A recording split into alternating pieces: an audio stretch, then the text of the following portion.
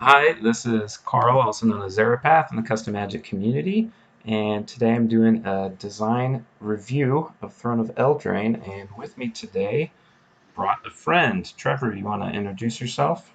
Yeah, hi, I'm Trevor. I'm also known as Inanimate, and I'm here to help out with going over Eldraine and seeing what we think about the set and some of his cards and its vision.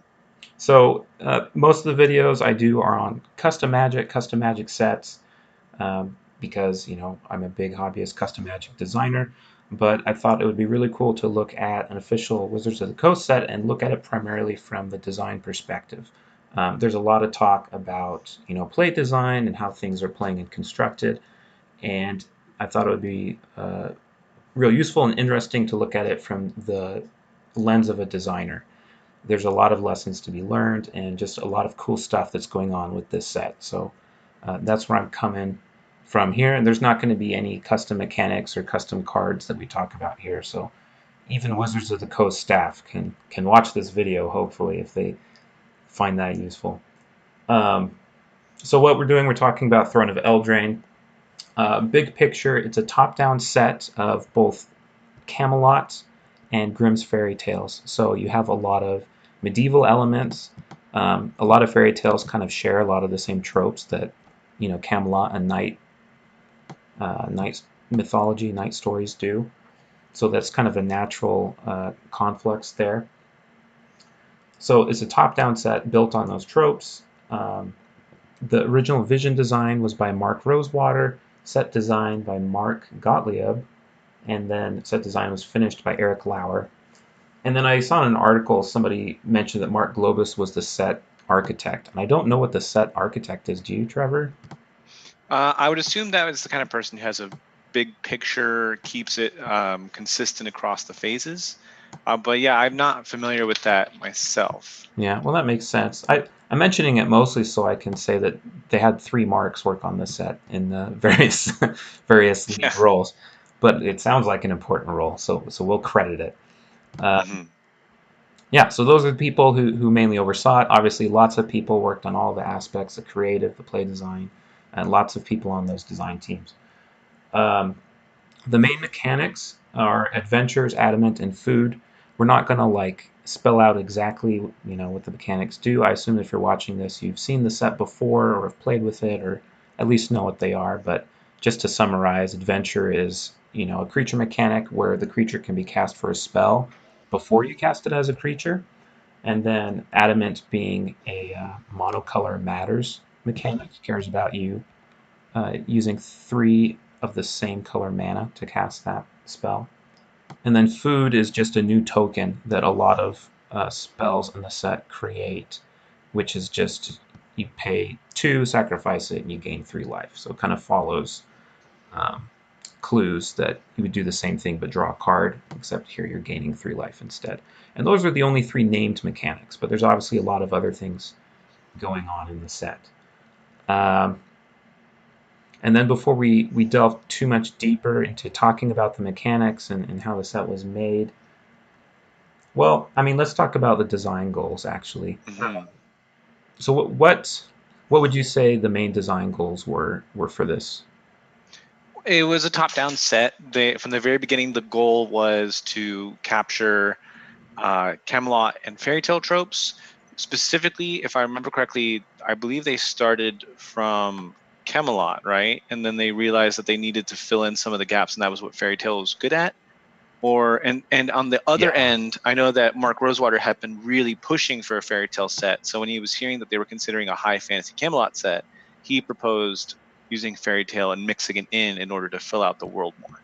Yeah, it was interesting, and the thing I read that I think details that Mark said that it was the same pitch meeting where he pitched a fairy hmm tale set and Sean Main pitched the Camelot set, and hmm his fairy tale set was rejected. They're like, nah, no thanks. But Camelot, they were very high on, but when it came to actually making it, they found that it had a lot of structure, but it needed to be filled out with something else, and so he snuck in the fairy tales there. Uh, Yeah. I Uh, am. Go ahead. it's a difficult goal to make a Camelot set simply because most people don't actually know Camelot that well. So, like for example, I actually, funnily enough, just a couple days ago, I actually asked my high school class that I teach are you familiar with the Knights of the Round Table? Because we were talking about round tables. Mm. And it turns out, like, out of 2 classes of 30 children each, only like 3 kids were familiar with King Arthur. Oh, wow. Yeah, it's very much these are freshmen in high school, so they're far enough along that it's clearly not pop culture that everyone's aware of, but they're also young enough that maybe it's something they'll come across. But it definitely seems to be not as popular as people assume it is. I think there's a perception that King Arthur is relatively well known among some more geeky, nerdy culture stuff, but it's really Yeah. not. Maybe And more even influential than well known, if that makes sense. exactly. People know who King Arthur is, but they didn't really know what the Round Table was, for example. And Yeah. then even for the people who are aware of the Round Table, most people aren't going to be aware of things like the Fisher King or the Dolorous Stroke or, Siege Perilous, anything that's vaguely King Arthur-esque, but it is fine. But the real details is like nobody knows the details that much. Yeah, like I'm sure that most of those kids, well, I'm not sure, I guess anymore, they'd know who Merlin is, right? Or they'd be like, he's a wizard, right? The name Merlin. Maybe. I Maybe. don't I know. don't I know. didn't ask them that, but they might know who Merlin is. I But think Merlin might even be more famous than King Arthur in some ways, yeah, maybe. I think maybe it's because it's more magical, right? It has the flavor. And I think the Lady in the Lake, um, I would actually assume that almost none of them knew Lady of the Lake. If they mm, don't know King Arthur, they that's probably don't fair. know the Lady in the Lake. That's fair. And Sword in the Stone would be similar, I guess. But Hmm. yeah, it has some particularly very well known tropes that maybe don't go as far as you'd hope. And then there's not a Right. lot more tropes outside of that. Not a lot of really good deep cuts that you can make. Um, so that's kind of a Yeah, natural marriage with the fairy I, tale tropes. exactly. Because fairy tales are the exact opposite end of the spectrum. Like in Eldraine, you have like what 7 cards based off of Jack and the Beanstalk, Yeah, including Jack and the Giant Killer, and they and got then more. like yeah, they could make so many, but the problem is fairy tales are so fluid and don't really have a consistent world. So as you said, they have the structure that Camelot provides, and then they have the top-down hits that the fairy tale elements provide. Which is a really interesting mix. Hmm. To have it's not like each aspect of the set has both of the flavors. Like the structure of the set is mostly Camelot, and the flavor is mostly like the charm, I would say, and kind of Hmm. the really successful individual designs seem to be a little more flavored with the fairy tale side of things. Yeah, I found that interesting. Yeah. Um, I'll talk more about how I feel that works later, I guess. But that was one of the Hmm. goals: is successfully marry those Yeah. things and hit on the top-down tropes. And then I think this came about with the structure of the Camelot side of things. Is they really wanted to encourage monocolored play. That was a design goal um, that they came to in vision design. I wonder if it's because they've done knights a lot before. There's a lot of classic medieval tropes that they just Hmm. kind of have naturally hit in the course of Magic because it's a fantasy game that uses medieval tropes. And I think one way they wanted to make it feel unique to Eldraine was adding more of the monocolored structure to it. I think that also helps represent the structure of Camelot and this order of knights. Hmm. Um, Yeah, I would say I feel like the monocolor. I don't know if they've ever explicitly come out and said it or even realized it, but to me, it's a bi-directional thing, which is when a lot of people think, okay, I want to make a monocolor set. What would the monocolor set be about? To hmm. most people, monocolor is associated with the very roots of Magic, both because most people learn Magic through playing with a single color at a time and not dual color, and both because the very beginnings of Magic, which were much more high fantasy and traditional, also tended to emphasize monocolor play a little more. And so I think to most people, when they think of, okay, what would nostalgic traditional fantasy look like? Ah, They're going to think monocolor, that's I think. interesting. Yeah. Because it's kind of about the things that are iconic, right? Exactly. And when you're monocolor, you're delivering on the iconic feel of that color.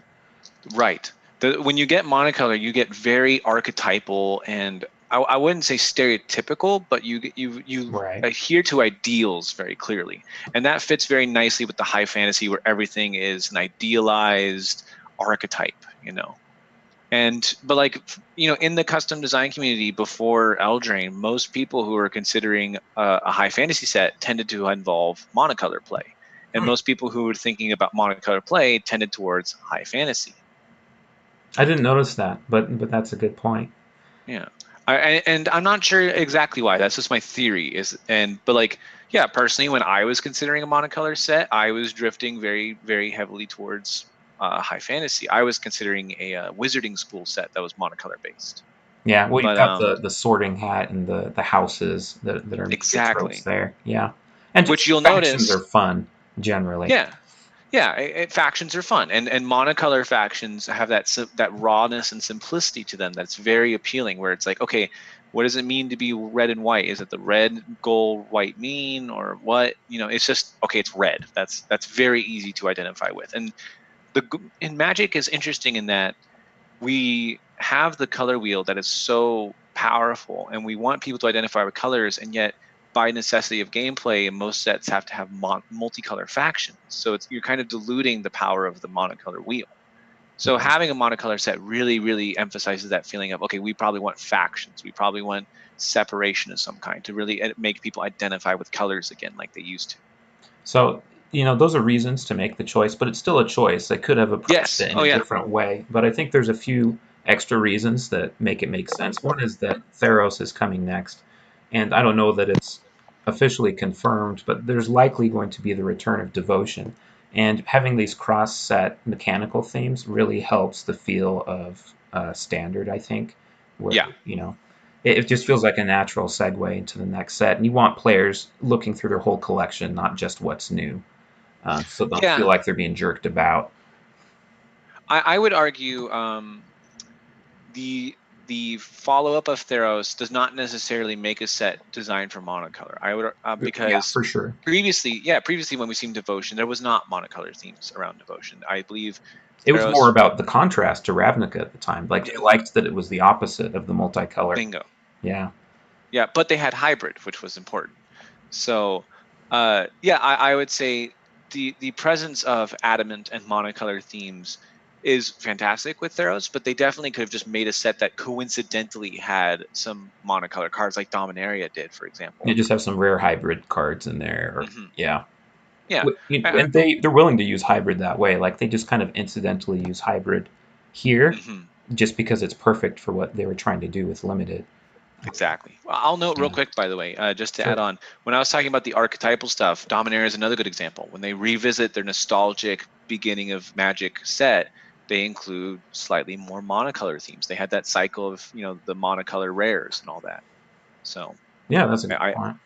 yeah, I think it's just where you go to when you're thinking of traditional stuff. So there was another design goal that I think you were starting to segue into when we were talking about monocolor play. Uh, no.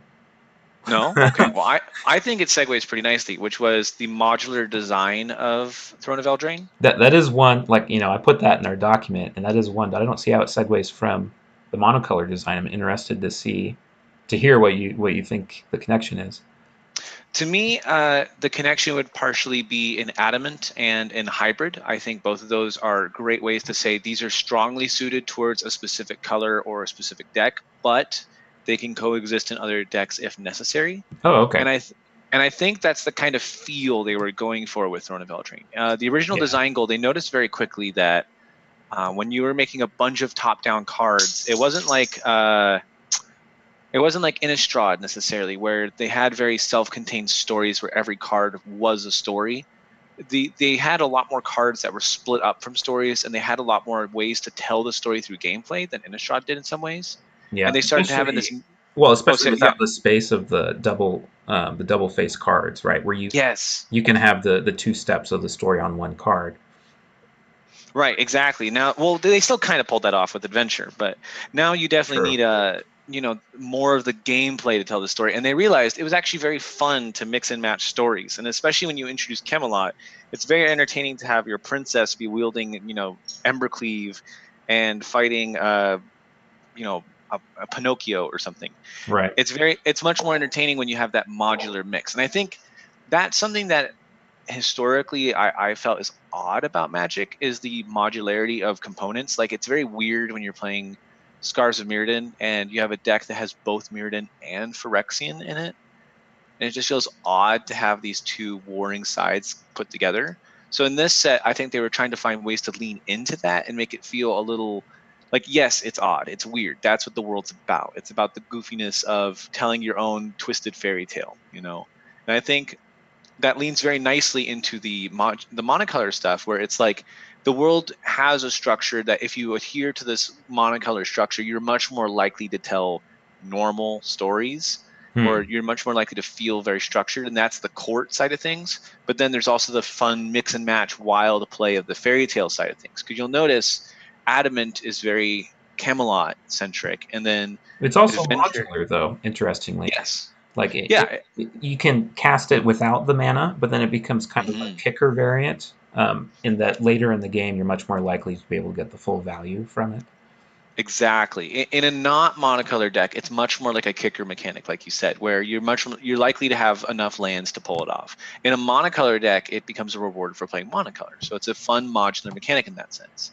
And that's the kind of stuff I think the set does a lot with the monocolor to make it work better. Is they are able to make it so that the cards that are themed monocolor tend to be themed a little more towards that feel, and then the cards that are not monocolor and encourage mixing and matching, like adventures and food. Adventures are both Camelot and Fairy Tale, but lean a little more towards Fairy Tale, if I remember correctly. And then food is 100% Fairy Tale because you're encouraged to mix and match all your food cards to get different bonuses. It's interesting because I was surprised when Mark suggested that a fairy tale set met a lot of internal pushback. Like, Hmm. and what I kind of gathered from reading between the lines was that people at Wizards were worried that it wouldn't feel mature or Yeah. like badass enough, right? Because Magic does Hmm. need to have a little bit of that to appeal to all of the audiences, is that it's trying to hit. And Hmm. Lorwyn was kind of a low point for Magic in some ways, and I think one of the takeaways from that was they went a little too um, I don't know, just a little too juvenile in some ways, just with the art style, even though there were a lot of dark elements to it. And I think that's what they're Yeah. afraid of here. But it's interesting when you talk about modularity and players being able to choose what kind of stories they're telling with their decks. Um, if you let players have the option, like I don't want to play a silly, ridiculous, gingerbread, ginger brew with, whatever other fairy tale stuff you've got in there, going with food and baking weird things in the pies. You can just go for the monocolored knight, very ordered, very serious style, which is kind Yeah. of an interesting thing that players have the agency to kind of pick that. Right. Like, so I've just introduced two of my friends to Magic, and I've been making them starter decks based off of different planes. I got them some for some sets coming out, so they'll know them before they come out. And then I was teaching them Magic, and we were talking about other sets, and they were asking about Eldraine because one of them really, really likes fairy tales, and the other one was a little more skeptical about it, thinking it was a little too silly. Hmm. And so it's exactly what you're talking about, is that I was like, well, it's not all fairy tales. There is knights and stuff. And they're like, oh, that sounds kind of cool. So I'm starting to work on some decks for them where my friend who found it a little silly, he's getting a black red knight deck. And then the one who likes fairy tales and all the weird animals and monsters and stuff, she's getting a white green adventure deck with a light non human sub theme. And so it's pretty fun that in Eldraine, I can make two separate decks for my friends where they have very different feel and tone. Where the Black and Red Knights still are a little goofy, like there's Bell of the Brawl and whatnot, but they're, Right. overall a little more serious and cool. And then the White Green Adventure deck has unicorns and elves and Beauty and the Beast and stuff like that. And I know for a fact she's going to love it. And so it's nice that there's this wide range of appeal present in Eldraine. I agree that I would say I don't even know. You have to read between the lines. It was made pretty explicit that they had a very strict line that they couldn't cross when it came to fairy tale tropes, Yeah. and that the line was put there for the specific reason that if they were going to concede to make a fairy tale set, they needed to be absolutely 100% certain that they were not going to go too far. Yeah. Which is why in other worlds, talking animals are acceptable. But in fairy tale set, they did not do any talking animals because they were really afraid of crossing that line. What worlds do they have talking animals that are acceptable? Well, they have anthropomorphized Oh, like animals. Leonin and yeah, Yeah. that's fair. A house cat that talks is a little more silly, yes. Yeah. But they still could have made it like I think if you'd had a Leonin that was short in boots, people would have gotten the reference, you know.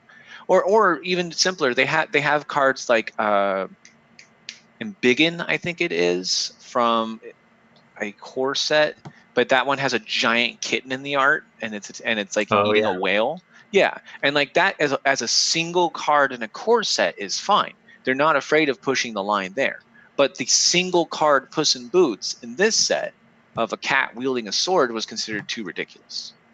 Individually, you see some funny and cuter cards in other sets, but they were very clearly afraid of that, of an oversaturation of such effects in this set.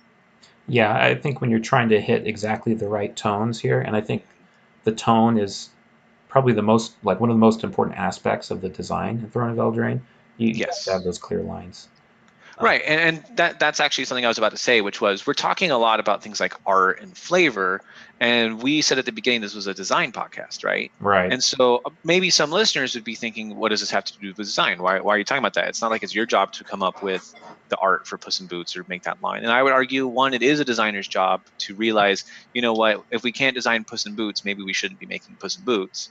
And then it also is a designer's job to argue on behalf of what they think could be a line that's not entirely creative. And the tone that we're presenting about mix and match and stuff like that, that's a part of the same tone that creative is trying to wrestle, right? The very presence of being able to mix and match your tropes and have Cinderella wielding Excalibur against a dragon, that is a part of what made creative concerned about the set, maybe, is the weirdness and goofiness of telling Shrek style fairy tales. Right. They So really didn't want the Shrek feel, I don't think. yeah, they were really avoiding the Shrek feel. And like I think that's a part of what design has to be conscious of is when they're making their design goals for this set, they really were leaning a little more into the fun and the goofiness and the tell your own story kind of feel. So it has this very slight irreverence to it, and that's probably part of the thing that a designer has to think about is But I coming don't up want to with make ways for the players yeah, to be the irreverent ones instead of the hmm designers, right? bingo, They're the ones exactly. putting trapped in the tower on a gingerbread princess, right? Not the Yes. designers. And so the individual designs, in their own context, can feel appropriate. And it's just in the environment where players themselves are the ones doing things. And that is way less transgressive, I think. Exactly, And but more fun. it's the classic problem that Magic always faces, which is it's ridiculous to put boots on a snake or things To like crew a that. vehicle with a vehicle. Exactly, Yeah. those things are ridiculous, but it's very trans. I think to a player, most players would not look at that and go, "Oh my gosh, these people live in a world where vehicles crew vehicles." They just think, "Oh, look at me, I'm being funny and messing with the rules to make something funny happen." It's the same kind of fun that you get when you find a glitch in a video game and you go like, "Oh my gosh, look, my horse is on top of the roof now. How'd he get there?" Yeah. Right? Yeah. And I think no player really gets upset at the game itself when that happens. They get a little more. They feel a little clever at that happening, and I Yeah, I think think that's a it's a part of net what we're positive rewarding. for sure. Hmm. Those moments. Yeah. Okay, So we've talked through the design goals, yeah. the modular design, like modular storytelling from the player's Hmm. perspective, the monocolor play, and Choices. choices, the top-down feel. I wasn't thinking of the modularity strictly mechanically, just in as far as like having hybrid and adamant and things like Yeah. that. But when you bring that up, that makes total sense. And of course, the modularity of adventure, which hits that Right. really well. But adventure didn't come about till later, which I guess we could start Yeah. talking about now, is the mechanics suite and how that came about and Hmm. what it does. Um, so it's very interesting. Mark Rosewater, he posted an article that just has the document that he handed off to set design, from vision design to set design, of what the vision for the set was at that stage in its creation. And it's fascinating because exactly zero of those mechanics that are in the vision design document exist in the set now. Hmm. And yet it still hits on a lot of the goals that were enumerated in the vision design document. But first, instead of talking about the mechanics that there are, let's talk about what mechanics aren't. So one of the main ones that they seemed pretty high on and they pushed pretty deep into the process was something called quests. And quests were not Yeah. like the Zendikar quests where you just kind of do the same thing a certain number of times and then the enchantment becomes a one-time effect. it was like a list, a laundry list of very different things, and you marked them off one at a time as you did them. And then once they were all done, you got this big one-time bonus. So they're pretty unique mechanically in Magic. There's not many other cards that have you cross things off a list like that. Um, and they pushed that pretty far, but they ended up not going with it. What were your thoughts on Quest as you're familiar with it, Trevor? Yeah, I'm a little more familiar with it than most, I'll just say. In grappling with Quest, it becomes pretty clear when you're trying to design a Quest card that it's challenging. There's a lot of hoops you're going through because, so for example, if I was to design a card based off of, give me a fairy tale, a random fairy tale. Let's show this Well, off. let's do Jack and the Beanstalk. Okay, Jack and the Beanstalk. So first, I have to figure out three conditions that Jack and the Beanstalk story has before the happy ending of the story, right? And they all So have I to need be to different, ideally, right? Like they want to exactly. hit They the all same have to be thing. different. There's three different conditions, and they have to be things that are relatively realistic to achieve during a game, and they have to be things that probably more than one deck could achieve. There's not a very large list that meets all three of those requirements. The more general you make the requirement, the more difficult it is to tell the original story that you're coming from. Yeah, it's And the way more less resonant.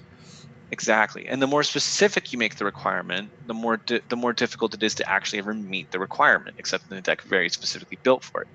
Then you have these three requirements. Now you need to figure out, okay, what deck can achieve my three requirements and what reward would they want? So, for example, if I was a Jack and the Giant Beanstalk, I might say, control or sacrifice a food token. Maybe just sacrifice a food Or token, maybe I you guess. gain life. I don't Gain know. Make life. it more Yeah, see, modular. but the problem is when you put gain life, now people have to deduce for themselves That's true. that means that you sacrifice a food token, right? You want to make it pretty clear that there's got to be beans in the story. So you have the beans, you have the thing that you trade, so maybe sacrifice a permanent and then gain life. So you could achieve that just by using a food token or two different ways, right? Mm. And then what else does Jack do to get up there? Well, now it's getting a little trickier. Are there three things that Jack did to get up into the clouds? Well, you have to Maybe, climb it, right? So maybe you need a certain number of lands, but you also have to think or about that for a little bit to be like, why do I need a bunch of lands? Oh, I guess the beanstalk. exactly right. I was personally thinking, what if you made the reward like the animated harp, and then you would control a giant or have a giant die or something like that, right? But yeah, you're starting to see that not literally giant. I mean like a creature with power 4 or greater or something. But the problem is, yes, the more general it gets, the more difficult it is to tell what the heck is happening on the card. It kind In of shows. addition, It just kind of shows why the modular approach is so successful. You can mhm, have all of those components of the story spread out throughout the set, and when they come together, it feels really special. But if you try and tell a player you have to do all these things in one card for that card to be even worth using at all, and then they're like, okay, how am I going to do this? How am I going to do that? They're kind of in mhm. like a frantic searching, like, how do I accomplish this mode, but without feeling clever. Yeah, it conflicts almost directly with the modular tell your own story feel, which I'm not sure at this point in design they knew that. But if I remember correctly, in the handoff, they do talk about that they wanted to have people tell their own stories. And yet they have an entire mechanic dedicated to making people tell the story in a very specific way. Yeah. So it's a very restrictive design. In addition to the experiential problems of trying to both let people tell their own stories and not be able to. There's also just obviously it has a lot of design problems and that it's not necessarily bad. It's just very difficult to do when you're giving yourself a top-down constraint. Yeah. I think the core idea of quests could have some merit to it, but I don't think it's the kind of mechanic you want to be top down. I feel like this is a mechanic that you need to find some other means to represent, and then you would be able to make it work better. Because there's just way too many restrictions. The other problem, in my opinion, is that you have to meet all three conditions. For a story, that makes sense. You have to tell all three parts of the story. But as a mechanic, it makes it really annoying because it pigeonholes you very heavily. I've seen other people in the custom magic community experiment with similar designs. I won't go too much into detail, but other designs that are about meeting a certain task or requirement in order to do a mechanic. And I've always recommended that you include more than one way to get the final reward. I think a little bit of mix and match is more fun for most decks. I would compare it to Historic.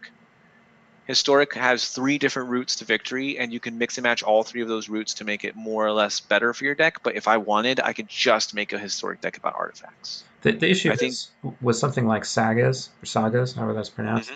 Mhm. Um, it's different things that are happening at each step, but it's all in the output. Like you're not asking Mm, much of the player. And here, all of those are all things you're asking of the player, and you get yeah, only one specific output, and it's like the amount of work is just incredible for that. And so you have to have yeah. ridiculously splashy effects, which can make for really good designs. And interestingly, when they were debating between adventures and quests, they did polls. They would show both mechanics with fancy frames to everybody, and Hmm. quests actually pulled higher on the, I guess, webcomic design metric, right? If you just look at like Right. how you feel about it.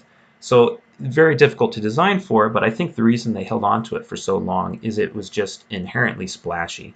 Like the designs that Yeah. could hit looked great, even if they didn't even play that great. Which I, I think mhm. sometimes as a designer you do have to make those concessions, but I think they correctly discovered it was the incorrect concession to make here. Yeah, I would agree with that, and I would argue that some of those concessions were still made with adventures. But Yeah. um, yeah, with sagas, you bring up a good point, which is it's inherently much more entertaining to try to get maximum value out of outputs than to get maximum value out of inputs. Yeah. With a saga, I can be perfectly happy with just chapter 3 or page 3 or whatever it's called of the saga. I can be perfectly happy just getting there and then having some random things happen before that I don't necessarily care about. Sagas are designed so that typically the first part and second part or whatever help you out with the conclusion. They build up in a more entertaining way than that. But yeah, I could just want the first effect and not really care about the other effect. What I would Um, really like when you're talking about mhm. the mechanical approach to quests is what if anytime you hit any of the requirements, you get the effect. And so different kinds of decks can use it, but then you get the huge payoff if you can somehow assemble something that uses all of the disparate requirements, and then you get the same thing 3 times or however many. But then Yeah. we've strayed completely from the story Hmm. top-down design, which is another reason why it'd just be better in a different set that's trying to meet a different need. Yeah, exactly. Not getting too much into details of mechanics, but I would design something similar where you have 2 to 3 conditions and you're rewarded for meeting any of the conditions. And then maybe if you meet all 3, you get a super bonus or something. I don't know. Yeah, But it would definitely, I think it could be done differently. yeah. Um, so from quests, they eventually got to adventures, but there were some other mechanics they had at the very beginning that I thought would be interesting to talk about that led up to that also kind of had DNA that led to things that showed up in the set. So from quests, I would like to talk about mystical next because that Okay. one intrigued me a lot. You like So batch words. yeah, I love batching words. Yeah. So mystical is a batch for artifacts, enchantments, and fairies. Now, as someone who really enjoys batches and thinks that there are a lot of potential in them, I can also say that batches are very, very difficult to do. Um, I think that they're realizing this a little bit in that they have a historic was a home run. I think they did a really good job with historic. Some people disagree. Some people say it's ridiculous that artifacts count as historic when food is an artifact in the very next set. Am I eating really stale 1,000-year-old food? That's You the know? same thing we were talking about earlier, where Hmm. resonance and flavor can only go so far, and then it just gets Right. silly in certain circumstances, and that's acceptable, I think. Yes. Within Dominaria itself, historic made sense. And I think that's the most you can ask for, really. Yeah. So historic was a really good success in my opinion because it had a really nice funnel to it. Artifacts is very broad. There's a lot of artifacts throughout the history of Magic. They're mostly colorless. That's changing nowadays, but at the time artifacts were very flexible. Every deck could have an artifact if needed to trigger historic effects. So that was the very broad but slightly weaker option because typically in limited artifacts are not that great. So it's fun to make a mechanic that rewards you for playing your crappy artifacts. That's why in core sets you often see an artifact sub theme, just because there's a lot of artifacts by necessity in a core set because of their flavor and accessibility. But it's really fun when you have that rogue archetype that likes collecting all the crappy artifact creatures and making them into a beast. All the 14th, 15th picks out of the booster. Bingo, exactly. Then you go down to legendaries. Legendary permanence legendary spells or cards is interesting on historic because it's inherently narrower, right? There's a lot of legendaries throughout the history of Magic, and they're making more and more as time goes on, but it's much narrower than artifacts. So it's fun because people like legendaries. They want reasons to play them. Legendaries are inherently restrictive, so the more bonuses we can give them, the better. Yeah. So it gives you more justification to hunt for them. In Dominaria itself, it made it for a very fun environment trying to hunt down those legendaries at higher rarities. Outside of Dominaria, it inspires deck building in some really cool ways. As now, since legendary creatures themselves don't want to be run as 4-ofs, you get the question of, do I run 4 of this creature and construct it in order to get my historic to go off more? Or do I try to find another legendary creature that I can That's squeeze into my deck? That's an interesting tension I hadn't thought Yeah, about before. Yeah, I kind of think that historic was great not because it's a batch word, but because all the things in the batch were great things to reward in that exactly, environment. exactly. As That far that as batching goes, I personally think that it can lead, like that tech is really cool as design tech, but I think it can lead to really lazy mm, designs where it's like, what are the 3 things we want our players to care about? Let's make a batch word for it.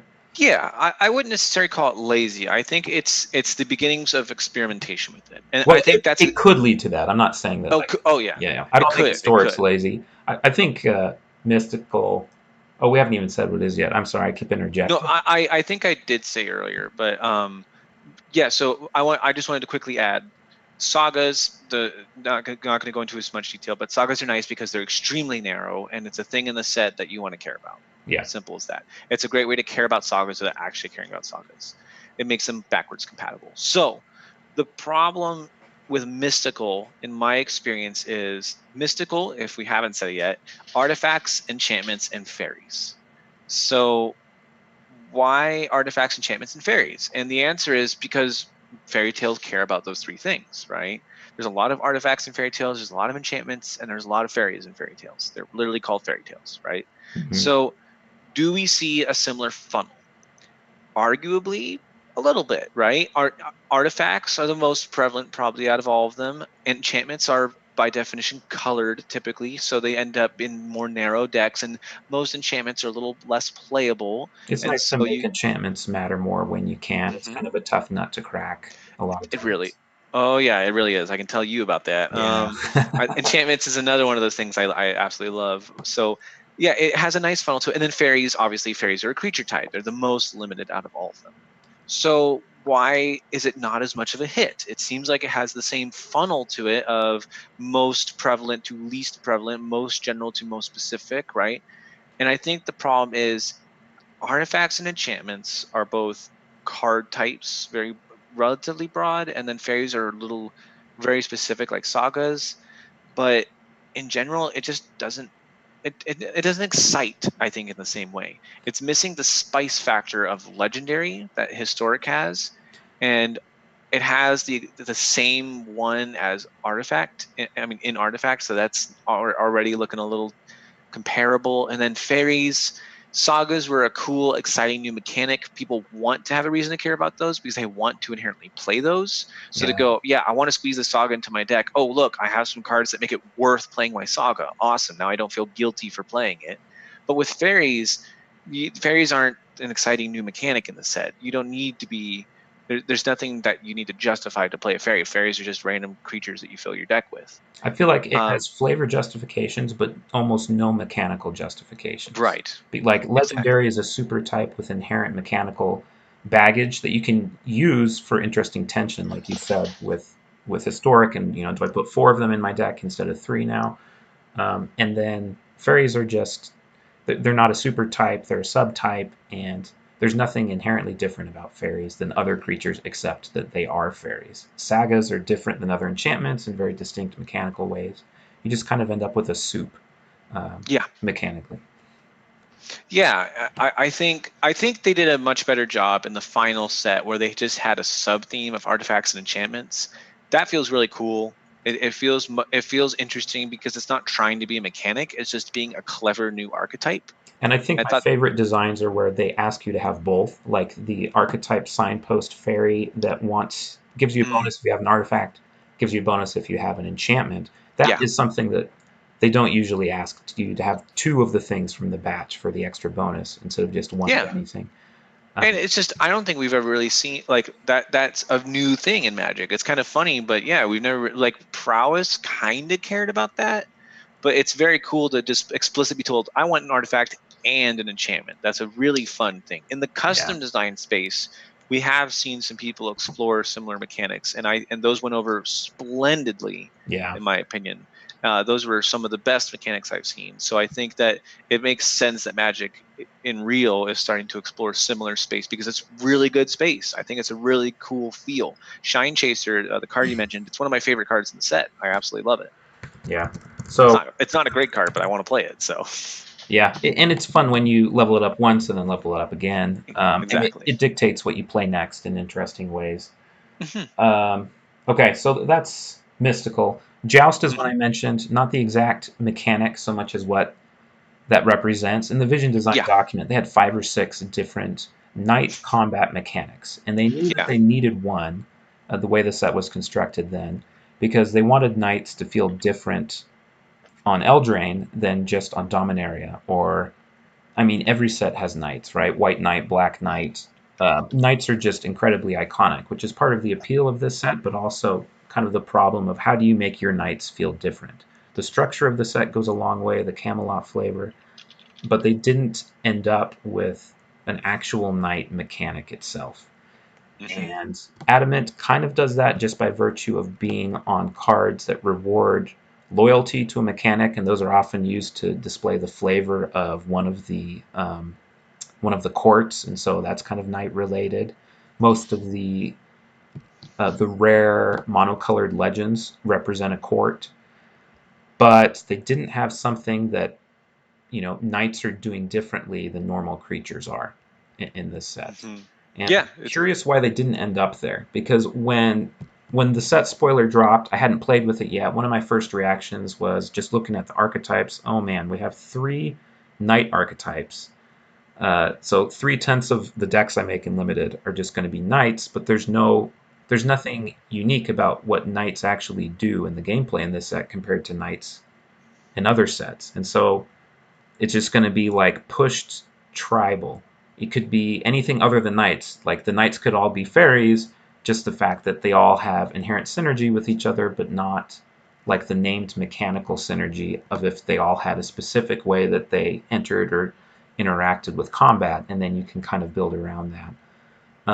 In practice, I think they had like a lot of specific design choices they made on the individual cards to make them play differently than the knights have in the past. Like you see this equipment sub theme, you see different sub themes depending on the color. And we haven't really seen Knight Tribal to this extent before, as far as like density of knights that are pushed for constructed in a set. But I wonder what you think. Do you think that the set is missing a named mechanic for knights, like something that sets them apart from knights in the past, or do you think they were correct in just kind of letting the knight designs kind of stand on their own? I feel like I had a brief chat with a mutual friend of ours about this actually when Eldraine first came out, which is the knight identity, right? Yeah, I feel like I don't think you need a mechanic for the knights. I personally am a big proponent of 3 mechanics flat in a set. I think that's the target for every set, and I'm I disagree with you there, but I tend to like sets with only 3 mechanics because they tend to yeah, know exactly what they need and what they want, and right. yeah, I don't think that every set needs 3 mechanics. I think it's a good goal to shoot for. Because what that means is when you do end up with 4 or 5 mechanics, those mechanics have really earned their place in the set. The default being 5 mechanics in a set meant that you often got a lot of really miss hit or miss mechanics that really didn't need to be in a set. Like Battle for Zendikar block had a lot of problems with random mechanics showing up that were never very justified. and it kind of locks up the set. Like you have to devote so many Hmm. cards to make all the Oh yeah. mechanics feel like they belong, and then you're just left with very little space for more fun top-down, one-off designs, which Eldraine has Right. tons of. So they use the room that they're given by just having three mechanics really well, I think. Yeah. The second you make a set skeleton for a set, what you do, even with just 3 mechanics, when you start making cards for each mechanic, you realize very quickly, wow, I have like no room at common for things that are not my mechanics. Like, there's not a lot of room in a set once you start making. Well, especially for me, I also generally like mechanics that spread along colors a little more.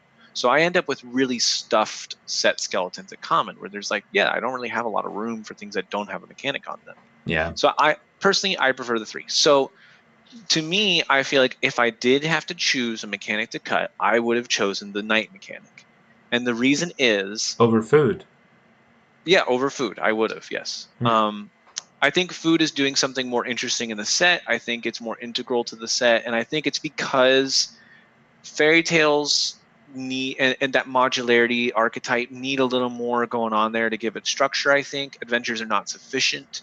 I think food makes for a more interesting archetype that's more realistic to build around. Building around adventures a little odder. um, and I think food is just really interesting. I'm not sure it's fun to play, we'll talk about that, Hmm. but I think it was an interesting idea at its core. So why would I cut the night mechanic? It's not necessarily that I think food is better than a night combat mechanic. Combat mechanics are probably healthier for the game than food is. I think it's that it's easier to sell knights without a mechanic than it is to sell random fairy tale cards without a mechanic. Yeah. Food Well, I helps don't know. make I some. disagree with that because I think the fairy tale designs already have a lot more flavor and top-down advantage going for them. Like each one Yes, telling a modular story. As far as like collecting them under a mechanical identity, yes, that is harder. In knights, you can fall back on, well, they're knights, we'll just do knight tribal. And they noticed they did try and do a little bit of tribal with the fairy tale side of things with the non-human tribal, which is, I think, a really great um, decision that they made all the way back in Vision Design. They had non-human tribal for that. So I guess I just disagreed and then talked myself out of it. But no, you do have a point, which is that to circle back to the original point you made. Yes, I think fairy tale flavor is more appealing, but I think fairy tale mechanics are less appealing. And yeah, so I agree there. So that actually comes right back to what I was about to say, which was my thought process is that it's easier to pull off knights without a mechanic. Knights are inherently a little cooler to people. People like knights. We've been kind of teased with knight tribal lately with Dominaria, and so people have been really looking forward to knights. The problem is in the set, knights had a kind of, I'm not really sure what they're doing sometimes. Like there's definitely an equipment theme among the knights. That much is clear. They care about equipment. They need the equipment, and that's something we're going to talk about more later.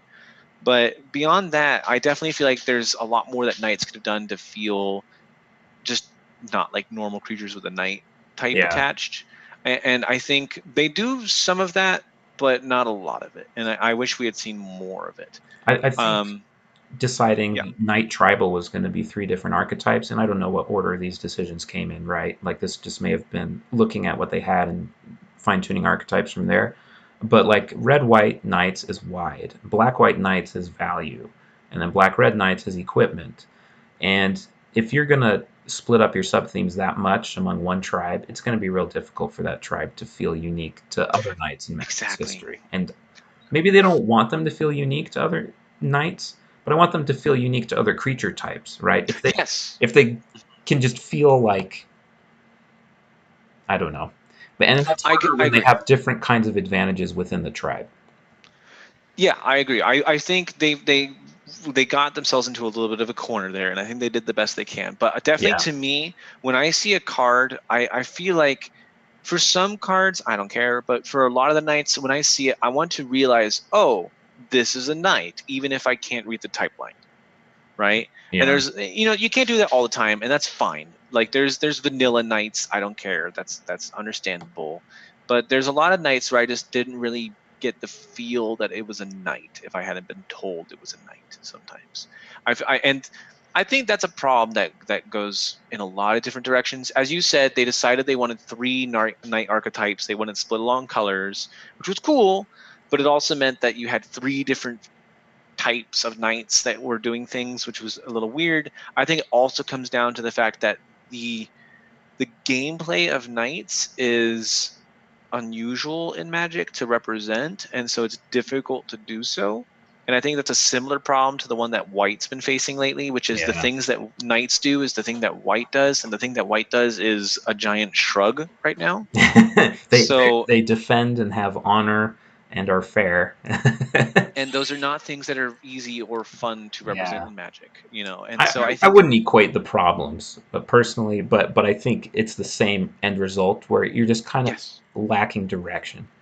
Right, and that's what I mean. I'm not saying it's an equivalent problem, but I'm saying that to represent what knights do, which is to defend and protect and champion, is Yeah. a little difficult to do so in a way that actually produces fun and variable You decks. know where they do Like, hit it well though is in the monocolored decks.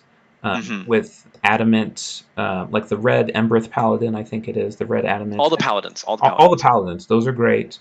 The Hmm. monocolored uncommon knights, those do a really good job of showing Yeah, off what each court is doing. And I think the issue was they needed to rely on each color of knight representing what knights did differently, and that being what knights were about. Like they pledged yes, allegiance to a different strategy, and then they lived that strategy. And you just, again, you're kind of diffusing the resonance of what knights are too widely and too broadly. And also, with all the monocolored payoffs, you can't rely on like 5 monocolored decks in an 8-man draft. It's yeah. just not going to happen. I actually disagree in one respect, which is I actually think I actually wish they had leaned more into the angle of the courts. Because Yeah. what happens was you have a knight archetype, and the knights designed for the archetype are designed for crossover. But the knights who are designed to be a court knight are designed according to their principle. And that means that you get some unusual designs where they're starting to blend like persistence, which is the black, and loyalty, which is the white ideal. When you Mm. have the black white knights that are designed, well, not literally black whites, the knights that are designed to be put into the black white knight deck, you get this thing where a white knight starts feeling a little persistent, and a black knight starts feeling a little loyal, and Yeah. that's not what you want so much. Is Ardenvale Paladin, 4 mana 3/6? Is that particularly loyal? It feels pretty persistent with Yeah, 6 toughness, right?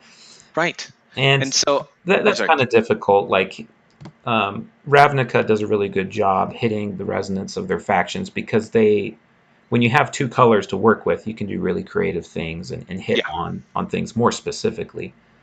Um, it's And just they tough also have here. the benefit of having mechanics dedicated to each of their Yeah, yeah. factions. Hey, what do you know? Having So mechanics dedicated to something you're trying to represent works well. yeah, And even unnamed mechanics works good. Like this set has a lot of unnamed mechanics that do really good work, in my opinion. That's one of the things I'm very impressed about with this set. The artifact and enchantment theme, the non-human theme. I There's a like bunch of these non-humans. subtler mechanics that I think mechanics, quote air quotes, Yeah, that do pretty good work in the set and make it have a lot more texture than you would expect when you're playing with it. You look at 3 keywords and you go, oh, is this set doing a lot? And then you realize you don't need keywords to fill in what a set does. I think So, in the custom magic community, too often we focus on what are the named mechanics, and mhm. that's everything the set is doing. Everything must serve that. When I think more realistically, that's just what you want your players to believe the set is about first, and you still want it to be about that. But that's kind of like the gateway drug mechanics to your set, if that makes sense. Yeah, I would say that you have a really good point when you say that's what you want the players to think the set is about. Because game design is inherently about to lean into some of my personal philosophy. I would argue that game design is inherently leaning into confusion. It's leading into discovery. You want to leave Yeah, players constantly in a state of, wow, what's this? You know, and I think that's a part of it's when a you lot play like the set. teaching in some Oh, ways. sorry. Like it's a lot like teaching in some ways. Like Yeah, pedagogy has exactly. a lot of overlap, I think, with game design. Right.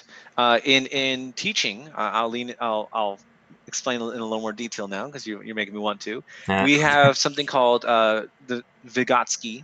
He was a researcher who proposed the zone of proximal development, and so it's very applicable to game design because what that means is it's the area that a learner is in where they have enough skill to perform but not to comprehend. And so what that means is they're able to take actions without completely understanding the actions that they're taking. Ah. And that manifests by giving the learner, and here's where it's going to start sounding like game design, you want to give them enough challenge that they're engaged and that they're learning, but not so much challenge that they're put off and cannot access the material. That's a game, right? Games are inherently about challenging people and making them confused and constantly discovering, but not making the set so confusing and directionless that they have no idea where to start. Not all So games are like that, however, not all but games. they Yeah. suffer the problems of that, right? Like I think Yes. Alexis was saying on Twitter she really hates games where there's no hidden information. Mm-hmm. And so just nothing but onboard complexity, like chess and Puerto Rico. You have all the Right. decisions, you have all the tools all at once, and you can't even hope that they don't have an option because you see all the options and there's nothing else. I love games like that sometimes, but they are Yeah. famously difficult to break into, right? Right. And Because Magic isn't that kind of game. Magic is doing no, something else. Magic leans very away from that. And I think Yeah. that's a part of how Magic designs their sets, which is what you said, which is we have these very onboardable mechanics to start with. Food is a archetype. You can design food decks. Adventures are an archetype. You can design adventure decks. And Adamant is an archetype. You can design Adamant decks. So you have 3 easy on roads for players to enter the set, and they go, okay, cool. The set is about monocolor and it's about whatever adventures are about, and it's But about you food. don't want those to be the best strategies all the time, I don't think. Exactly. Which I Right. mean, we'll get into when we talk more about how food is implemented, I guess. Yes. Which is exactly what I was about to segue into. If Yeah. we're talking about the mechanics that are, and not just the mechanics that aren't, I want to go into a little bit of the DNA and evolution that led to these mechanics. So, for example, one I would like to talk about would be the color choice to Adamant, because we haven't actually talked about color choice yet. And Yeah. I think this is a good segue. So color choice was, I think it was called color choice. I forget what he called it in They the didn't visual have a design name for it, document. really. It Yeah. was just like you had 2 different mana costs. So if you look at the top right of the card, Epic Downfall has 1 in black. A color choice card would have maybe a costing of black black, but then next to it in parentheses 5 generic. So it's kind of like how Two-Brid hybrid mana was implemented in Lorwyn and Shadowmoor, and it's just, there's 2 different ways to cast this. I think that kind of evolved into Adamant, where It did. they just kind of honed in on what are we trying to ask players to do. We're trying to reward them for having lots of mana of the same color, and they Mhm. just made it simpler. I also They wonder if they worried, like, we're already kind of treading into this area where people are like, aren't you just doing Lorwyn again? And having this kind of hybrid cost mechanic probably wasn't great. I'm not sure that was the concern, because for one, Laura went so long ago. I don't think they really care. That's fair. Uh, for two, it was actually designed as a replacement for monohybrid. They started with monohybrid, and then they realized, wow, it's really restrictive to have to work with 1 color mana becoming 2 colorless mana. Hmm. That's the reason we haven't seen monohybrid. So It's just giving very annoying themselves to more cost. flexibility as designers Right. then. Yeah. And then they also, if I remember correctly from the handoff, they did experiment with using it for some other things. Like, for example, they had a white card that could cost cheaper, and then it could also be cast as a blue card that was a little more expensive, right? And I think they had it as like 1 white versus 4 blue, something like that. Yeah. And they very quickly realized, wait a second, this is just hybrid, right? That's just hybrid in a weird way, and then the other stuff is just being weird. To me, color choice is an interesting idea, and I'm glad they explored it. But just coming from an outside perspective and not seeing the whole evolution, if I had walked in and they gave me a rare pull and they had color choice on, I would just be like, what? Like, this is Yeah. weird. Like, to me, it doesn't really seem exciting that much. It seems like a tool that they might need in development. Not. It doesn't seem like a vision Yes. design choice to me, because it seems like they're Mhm. trying to fix problems that they knew were going to be in the set at a phase when they didn't need to be fixed yet. If that makes Yeah. sense. Like each Well, color needs to have a certain amount of stuff here or there. And my thing with hybrid mana is I've always been kind of down on hybrid mana, except as mhm. a tech that you use to make the set work. And the reason is I was out of Magic for a long time, and I remember once I just saw some Magic cards, like, oh, so what is Magic doing lately? And this was when they had hybrid mana.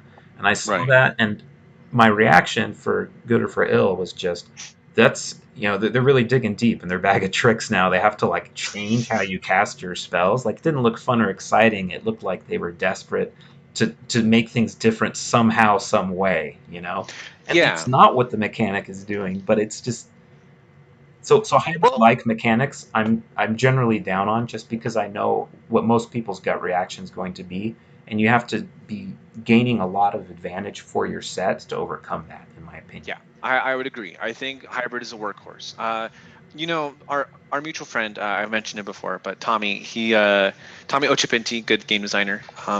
He also is very down on hybrid for similar reasons. In that, to him, his classic way of saying it is hybrid might as well just be colorless, right? Like Mm. realistically, is it really doing that much? Yes, it pigeonholes the card into white or blue or white blue decks. Is It, that fun? It's a mechanic that Is the hangs point? desperately onto the color pie with Mhm. like the by a string. It's like the color Right. pie exists. Look at me. Yeah.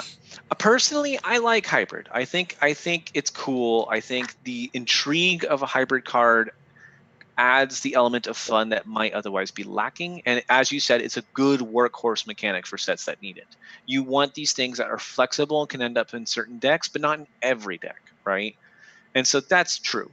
Color choice, I would argue, was not necessarily made as a problem solver mechanic, but it was made to lean into the modularity and choice themes of the set. Right. Um, which Uh, was again very odd that it coexisted with quests, but well, interestingly, when yeah. adventures came about later, like adventures, one of Hmm. the reasons it came up with them is because there was no in-game choices that players were making, Yes. and this would have done Yes. that if that had still been in the set, right? They would, Yeah. although it would be dictated more by the mana they had available, I guess, And than deck building. by and deck building than it would in-game choices. So I guess Right. that still would have been a lack. Anyway, Yeah, continue. that's a thing to be careful about is a lot of these choices that you make are actually made a lot earlier in the game process than people expect. And Right. that's one of the things that hybrid or mono hybrid does. Very rarely are you choosing how to cast a mono hybrid or a color choice spell in the game. Most often you're choosing how to do it, you know, in the deck building. Even Adamant. So Adamant, I think, is a very great evolution of color choice. Yes. Just to very quickly comment on it, we mentioned earlier it does this awesome job of being either a kicker or a triple color. But even just as a optional triple color mechanic, it's fantastic because so often in monocolor sets you go, "Wow, I wish I could do a triple mana requirement at common." Turns out you can. It's Right. Adamant, and it's really good. Adamant is so great. What are we Yeah, talking about now? so I wanted to compare the two in that for Adamant, it Oh, actually right. can be a choice during gameplay Yeah, yeah. because sometimes there are circumstances where I could choose to play my third land now or save it for later. Even in a two-color deck, Adamant is actually interesting because it does not, unlike Hybrid, it doesn't require a specific color. Unlike Color Choice, it isn't so open as to be completely generic. It has this intrigue of, okay, now my land drops order matters a little bit more than normal. Yeah, It's like what? still mostly deck building, but Well, what if you're at 5 mana? You have 3 forests and 2 swamps, and then you mhm, draw a swamp. Now you have 3 swamps and 3 forests, and in your hand you have a Lochthwain Paladin, which costs 3 and a black with an adamant reward, and then just a right. random black bear like Malevolent Noble. You can cast both of them in the same turn, but you miss the adamant bonus of Paladin, or Hmm. you say, you know what, a 4/3 menace is better than a 3/2 menace and a 2/2, depending on Yeah, what your strategy is for the game. So exactly. that's a decision that wouldn't exist with the other Right. mechanic. If it had just been a straight up, differently not adamant, it wouldn't have been as rich. And I think that's something that the set could be designed to encourage more. So have those spicier, more playable, cheap cards to tempt you to use your mana more often, etc. Mm. So um, color choice to me was an attempt and a good first step towards Adamant, but they found a nice way to simplify it. The set didn't need the weirdness. And Yeah. you point out color choice in some interesting ways kind of was a foreshadowing for adventures. Yeah. Um, so do Adventures. Yeah. yeah, I'll get you into want to talk about how adventures. adventures came about? So, well, so the article they did on how adventures came about, I thought was really well done. It was done by the set design lead, Mark Gottlieb. Hmm. There we go. Yeah. And he said there are like 5 or 6 different ways that it came about, right? But let's see if I can remember them. They needed a choice mechanic in the set that is in the game. a choice that feels meaningful in the game, depending on your strategy, what you're trying to do. And they went off of channel being an old mechanic that didn't go off very well. The designs were kind of focused tribally and what creatures were doing. And so they Yeah. started with channel, and then they realized, well, what if you got to keep the creature afterwards? And then it doesn't feel nearly as awful. You don't have the cycling problem of, oh, I'll do the cool thing the set's telling me to do, but wait, I actually wanted to cast that card. Um, and so you have your cake and eat it too. So that was one way. Another way they said was they designed essentially the same mechanic with Ixalan as a dinosaur mechanic, where your dinosaur roars, and then later you can pay for it to be a creature, so you get an effect beforehand, and then you get the dinosaur later. And that didn't fit for various reasons, implementation and just what the set was doing. Other solutions that they were trying to arrive at. They needed, if the knights don't have a mechanic, and fairy tales, the fairy tale side of the set, it's hard to come up with a unifying mechanic for that. They ended up with food, which is more flavor, like ornamentation, Right. than it is like a set driving mechanic. And I think adventures just being a convenient overlap between the two. Knights go on quests. All Hmm. kinds of creatures go on random adventures in these fairy tales. It feels like what fairy tales are about. It's about creatures doing things. And personally, I Yeah. love mechanics that show creatures doing things other than just fighting. Because fantasy Yes. is not just about creatures fighting each other. I think as fantasy becomes more and more popular, you see more and more of a desire for that side of fantasy to be explored, of creatures doing things other than just hitting face. And I think adventures do a really good job of portraying that. Yeah. To comment on that, that's actually something that I think is interesting to say. I think Eldraine does a good job of showing a world that's a lot more than just fighting, and I think we're hitting a point in games and literature and media where people are starting to realize that, man, do we have to assume violence all the time? Right. And like, so for me, I can come at this from multiple angles. One, Undertale, Deltarune, two very, very, very massive video games are entirely founded on the premise of why do we assume you have to fight monsters? Why can't an adventure game be about something else? And people are starting to realize that that question and critique is actually pretty poignant.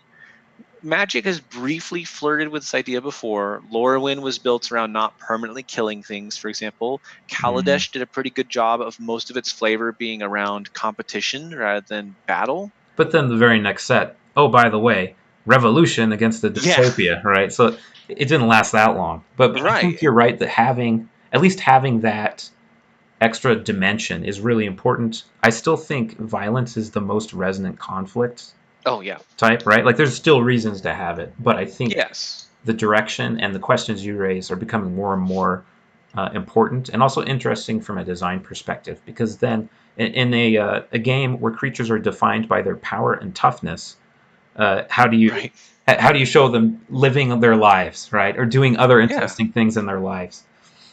Right. Exactly. And I think that's where, it, to me, it's interesting. When like, I'm very happy we're mentioning this. I didn't even think to talk about this because adventures and food are a great way to say, you know what, the That's world of true. Eldraine has a lot more going on to it than people beating the crap out of each other. And you know You what? know? Food also helps that happen too, right? Yeah. Because Mm-hmm. activated abilities have lots of problems inherent in Magic. Like, I'm glad they exist, and they'd be the normal solution to my creature's going to do something other than attack you or block. But they're Mm-hmm. repeatable, which is generally bad for gameplay depending on the ability, and so there's a limited design space there. Um, but also, games don't last long enough that you can use your creatures for things other than fighting. And That's why if you food helps. have food, like games are going to be longer. You can take some turns off, gain some life, go on an adventure and get some card selection or make them discard a few cards, get yourself another food, just all the different things adventures are doing. And then Yeah. you lose the card advantage from it, and it's not as bad of a tempo loss. So the way they built that together is pretty nice. Yeah. I was working on something for a bit. I'm gonna write this post mortem someday, but I was working on an espionage set, a Cold War set, Yes. and I realized very early on that the if you're trying to capture espionage, you want your creatures to do more than just fight, and you want you to be able to do more than just drop down creatures. So very early on, I realized the set was also an instant and sorcery set because I felt that captured intel and missions and manipulation and Cold Focus War on feel of things like other than just combat. And I think instants and right. sorceries help with that. Exactly, things above the battlefield. And so I realized the goal of, hey, I want to be able to make a format where you can take a turn off and cast a 5 mana sorcery is like the same goal as I want to be able to take a turn off from fighting and do something else that shows me Hmm. spying and things like that. And then likewise with the creatures, I was like, how do I represent creatures delivering intel or going on missions, right? And I was trying to explore it. Some of it didn't work out, but I was trying to explore ways to attack without literally attacking, right? Like I had attacking objectives or attacking bases or attacking secrets and things like this. And none of them really worked, but I was trying to broaden the definition of attack so that players would begin to realize that in this world, attacking means more than just straight up hitting another army. It can mean attacking like objectives and Apparently, stuff. your espionage set also needed to have a major food theme, Apparently, especially fat yeah. spies. I actually did for a very brief moment flirt with the idea of wall tokens for that reason, which would not have been as fun. Um, Nope. so Maybe wall adventure, tokens that only lasted a turn, but then you have memory issues there too. there was some yeah. I tried some very weird things to make the wall tokens fun. Adventures to me are the home run of the set by far. Yeah, by far. So it's so interesting that they had such a labored journey to existence. Uh, we've talked for long enough that I forgot for a second. Did you talk about their visual treatment? No, because we talked Okay. about how quests and adventure kind of duked it out, and they Hmm. put the special frames on both because they were looking for splash. Yeah. And that I think that's where the set architect came in. It would make sense for the architect Yeah. to be like, this set needs some splash. What is it going to be? And for a while, they're like, well, maybe adventure can be it. It feels like a toolbox mechanic, but it plays really well. And the fact that you have a creature doing something other than attacking or blocking means maybe we can do a weird frame treatment. But I think without seeing it, it's just too hard to accept that idea. Just be like, oh, why don't we just slap frames on anything then? Um, Hmm. and then quests seem natural, because they're doing something very different mechanically in the text that you have Right. to use a frame or some other different treatment for it to even work. But yeah, they ended up going with adventures as a splashy mechanic. We talked about the problems with quests already. Um, but I really like I think the frame goes a long way, but I especially like that you can actually cast the spell. In the custom community, there's been a lot of people who've tried to crack the nut of instants and sorceries matter Including me. more, including yourself. And one of the main issues is you still need creatures that do your set's theme. Well, how do your creatures do instants and sorceries? Well, there's prowess, but you want them to cast instants and sorceries somehow, and activated abilities don't count, right? They don't count for prowess. They don't count as an instant or sorcery. Yeah. And adventures do, and I love that aspect about them. And I wish they'd lean into that a little bit more, but I'll talk about that later. Yeah. So I wanted to briefly talk about the splashiness. So Yes. Globus, I double checked. Globus as architect was exactly as I predicted. He was about top level oversight and tone. Okay. Yeah. And that meant that he was trying to deal with the exact same tone issues we were talking about earlier. How do you make a fairy tale set appeal, mature, and badass, right? And that involves having a mechanic that immediately catches people's eyes. So when I have consulted with a lot of people, and I still need to write my article on it but it's hard. I'm actually still researching it because On what does it mean to Splash. be on splash? Yeah, what does it Yeah. mean to be splashy? And a lot of people correctly identify that splashiness typically has a visual treatment to it. Yeah, it was interesting that was the main thing they noted in that article. So usually Yeah, splashy just means a different visual treatment. In my head, I'm like, no, it means so much more than that. But you have to pick the yeah. right thing for it, right? That's just how you anoint the splashy mechanic. Hmm. I found it interesting because my number one piece of advice to people is don't just make a visual treatment for the sake of a visual treatment. You got to have a reason for it. Like Right. to me, splashiness requires a visual treatment typically because usually when you're making a splashy mechanic, you're exploring some novel and innovative space that's solving a problem. And to do those three things, you typically require some new tools to help people understand what you're doing. Well, And that's what. interestingly, if you look Mhm. at some of the versions of Adventure that didn't have the Exactly. Yeah. frame, it still would have worked fine, but it would have been a little Hmm. wordier. It would have taken a couple more mental steps. It would be like, pay a red, this creature goes on an adventure. Whenever this creature goes on an adventure, do this. And it would have made sense, but it wouldn't have hit the brain so hard and so fast when you look at it. And so it's not even that it needed it, but it's just better with it. Yep, exactly. It's So better as a splashy mechanic. I don't think it would have been splashy before. So maybe no, the it would visual not have. treatment actually did make it splashy. I would agree. That's a very important skill as a designer to have. And one of the big reasons I like doing reviews like this is because to me, splashiness, I've always told people don't focus on the visual stuff. The visual stuff is an aid. The main thing that makes something splashy is immediate impact and resonance, right? Not even resonance. Immediate impact is a good Yeah. word for it. You want to look at the card and almost immediately know what the card is doing and what makes the card cool, and then once it is played, you want it to have an immediate interesting effect on the board, right? Not the board, on the game. So adventure is a really good example of that. Even the most boring adventure card, like let's talk about the merchant card, right? Okay, it's a merchant, they're selling stuff, not exactly the most badass of cards, right? And then the effect is to discard a card and draw two cards again, or I think it is, right? Again, yeah, Just it is. one card, I think. Yeah, Yeah. not the most interesting effect, right? Okay, I discard and I draw, cool, and I have a merchant that's selling me some random stuff, cool, but it still ends up being splashy because one, you look at the card, it looks immediately different, okay, but we're not done, there's more to it. Two, it's immediately enticing. You want to fiddle with it. You Because look why at it, you not? You go, don't lose the card, right? Like mm-hmm, you don't lose a card advantage, and I might as well rummage. And that's one problem with rummage in red lately is like it's cool red has it, but how often do you want it? Well, here it's yeah, free. it's free, exactly. And then so you're already enticed to at least try it, and you immediately get what's going on. It has a baby spell inside the spell, and that's very much more intuitive than what it was before, which was it was inside the text box as an alternate, like cast Yeah. from your hand. And And then like would if it you're even have room for its additional activated ability at that point? No, because it looked like it'd have two activated abilities. One can only be done from hand, one only from Mhm. play. But here it's like a natural mirroring, and it's very aesthetic. Yeah, exactly. It's great. And so the next thing that makes it splashy, in my opinion, is you play it for haggle and it's not over. It goes into exile and it chills, and And that makes it splashy. in an Now, all, interesting new place, right? Like yeah, exile exists, but this is a special exile, right? yeah, That's splashy in and of itself. right. And the thing that makes it great is now both players are actively considering the card in exile. The opponent goes, they've got this 2/3 hanging out. I should think about that. And our player who played it is going, I got this 2/3. I want to play that at some point.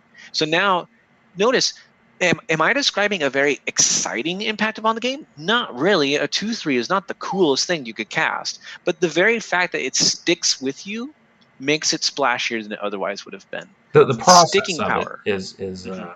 is what's splashy. It's interesting because um, I think mechanics where that reveal information to your opponent of something that's coming later can Mhm. infamously be bad design. Like Mhm. if you have this powerful card that's going to come later, they're going to play differently. Maybe they don't even play creatures if they know you're about to destroy one by casting your thing. I think they've been Yeah. very careful with the adventure designs where that aspect of the card is on the adventure and not on the creature.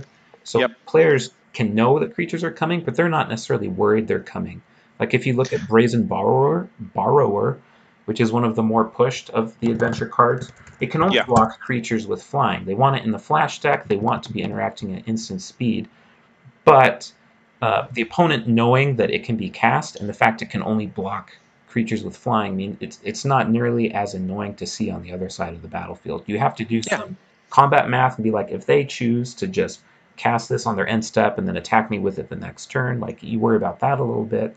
But that's a higher rarity design. I think most of the other designs Mhm. have the thing that an opponent would be worried about more on the adventure side, which is Yeah. well Like done. Ardenvale Tactician, tapping down creatures is scary. A Exactly. flyer still scary, but not as scary. Um, I agree with that, and I also think that stuff like can your opponent process a card in exile? It's okay at times if the set is designed for it, and in this case if the cards are designed for it, and even more, it's not going to happen too often. There's not going to be too many things hanging out in exile for your opponent to process. There's not a lot It's of other board complexity in the set, right? There's food, which exactly. changes combat math, but like the food is not going to do anything to your attackers and blockers. Hmm. Yeah. So I think the set works well for it. Yeah. So just the last quick summary there when we're talking about splash, is I think this is very revealing on that splash is both a lot more nuanced than people think it is and a lot easier than people think it is. In that, would many people consider adventures splashy? Well, Uh, to be devil's yeah, advocate, what if yeah. they really aren't? Like, what if this is not actually the bar for splashiness we want? But Hmm. Wizards, this is a mechanic that came about late. I think part of the reason that they were still hanging on to quests was because it would have been a better splashing mechanic if it had been a Yeah, better mechanic, right? So yeah. is it really splashy enough, or did they just do a really good job of it being splashy? Because they need to have it, right? At the same time they're putting the set out, they're doing their booster fun. They need Hmm. something that's going to have a cool frame. Arena's coming out officially the same time the set comes out. It's important they have a splashy mechanic. Is this Yeah. mechanic really good enough to be splashy? In my opinion, yes, but I can see your point. But I think that's what makes it interesting to me is that when I look at this mechanic, I go, is it really doing anything that much? No, but is it splashy? For some reason, yeah. I kind of just dig it, right? Is it Yeah. it's you know, I think it impacts yeah. players well when you look at it Yeah. and think about it. It's just like I get it, that's neat, and it doesn't have to like I think Miracle is my favorite splashing mechanic, but even that famously played poorly in many Yeah. situations. Yeah. Uh, I would agree. I think a lot of people overblow, including me before this. I think you overblow that splashiness needs to be innovative. The innovation in it is adventure innovative. is It's it quite is innovation, innovative. though. Quite innovation. Exactly. It's a quiet workhorse innovation. It's the kind of innovation that I don't think the average player would realize they're doing something very new, but that the designer goes, "Oh, this is some really good design space they've opened up," you know? Yeah, like Um, Ascend. Ascend mhm. doesn't necessarily look splashy, except it's so different. And then all the custom designers are like, "Oh, I can use Ascend tech for this or that or that." Yep, that opened up a huge world of space. Yeah. One quick note on adventure I wanted to point out, which is it's interesting that the adventure never once talks about split cards, Hmm. and they never once mentioned Twin Pact, which is a mechanic from Duel Masters in Japan, also made by Wizards of the Coast. You don't Twin think Pact. so? What was that? You don't think they thought about that in the context, maybe? I don't think they did. I think it was very narrowly designed for their Needs. journey that Yeah. it never was very comparable to split cards to them. And twin pact cards in Duel Masters are also creature slash sorcery, and they have some extremely innovative design space. There's ones that if you cast it as the creature and they hit the opponent, they cast a copy of their sorcery when they hit, Oh, right? that There's is they neat. also have ones where that when they die, they cast the sorcery. They have them where yes, you cast the sorcery and then it can be played as the creature afterwards. When I was doing my instant and sorcery set, the very first place I looked was Twin Pact. I'm like, they already have an amazing set of instant and sorcery slash creature cards here. I would like to make something myself, but oh my god, they've already done it like a billion times over in Duel Masters. Duel Masters is a lot less conservative with design space than Wizards of the Coast is with Magic. Yeah. They go a lot faster and a lot harder, and they typically have less cards per execution, but they do things like a mythic rare that uses a new keyword that nothing else does, like they'll have super ultra giga twin pact, and it's great because you'll have like, okay, here's an evolution card, here's a hyper vortex galaxy evolution card that's the same thing but does it with your entire board or whatever, So and do you it's think? cool. So I think you said at the beginning Yeah. of that statement that you wish they went a little further in this space. No, I just think it's interesting that they never acknowledge that they've already cracked this, Oh, they've already done something like this before. And it's the just other might be note a that I case of the right hand not knowing what the left is doing. I, I think that's exactly it. They Or, they or have they mentioned, just don't think people care about what Duel Masters is doing in their public facing, I think that's also it commentary. too. I think it's they do have Wizards of the Coast people work on both Duel Masters and Magic, and they have brought in Duel Master stuff into Magic before. Yeah. So they are aware that it's a good testing bed for some ideas. Um, but I bring it up because what's very amusing to me is that plenty of people have been falling over themselves, as you said, to crack the instant sorcery problem, and they've clearly done it. And this is now sitting in the Well, waiting they've wing done it in essentially. one way.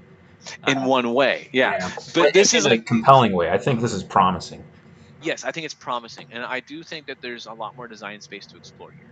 And the reason I bring it up is because Twin Pact cards did some interesting stuff with interacting with the creature and sorcery, but I actually don't recall if they did the straightforward adventure way of sorcery and then creature. Hmm. And that's important to me for a couple reasons.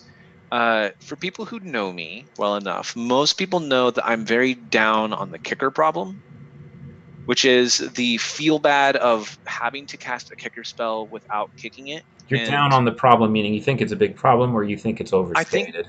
I think it's a much bigger problem than people think. I think it's Yeah. very frustrating to deal with that. And now, to be clear, kicker is a great mechanic, and that strategic tension is important in a game. I do think there's room for it, and I have gone a little more up in the sense of I'm a little more willing to do that.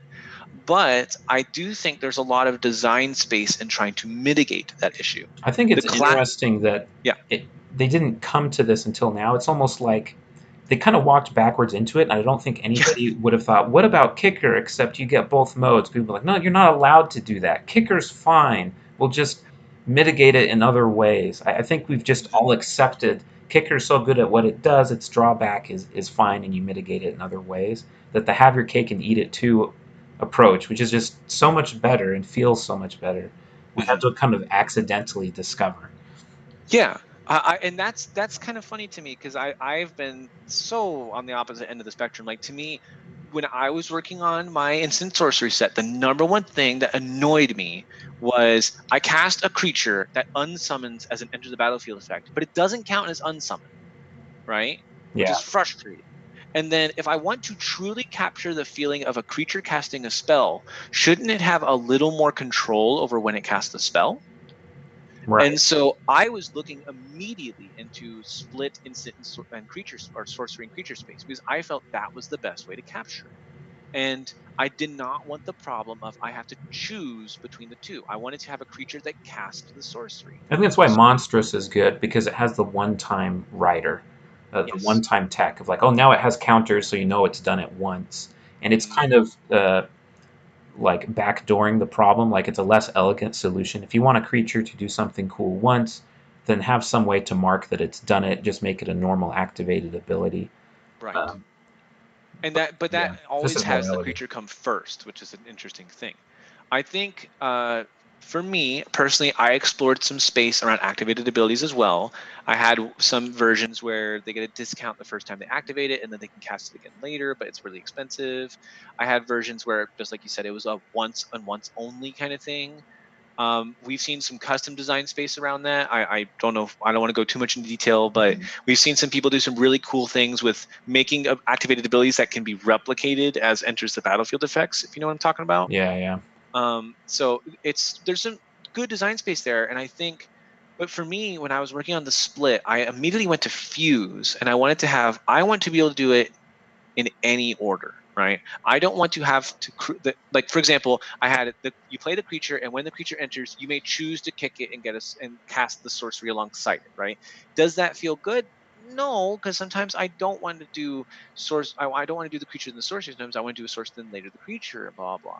For me, I've always really liked the effect of I can choose to kick later, right? I've always been trying to explore that space. So adventure was like, wow, they did it. Okay, Well, that's you have appreciate to kick first, and then you get it. the creature later. Uh-huh. So it's still limited, but I think it's limited in the correct direction, if that makes sense. Because That's exactly. we already have creatures with activated abilities. We already have creatures with ETBs. Yep. This That's what I wanted to talk about. Is yeah. that I think so. Yeah. Thank you. I was rambling a bit, but I think there is some design space with adventures that gets a little weird with that.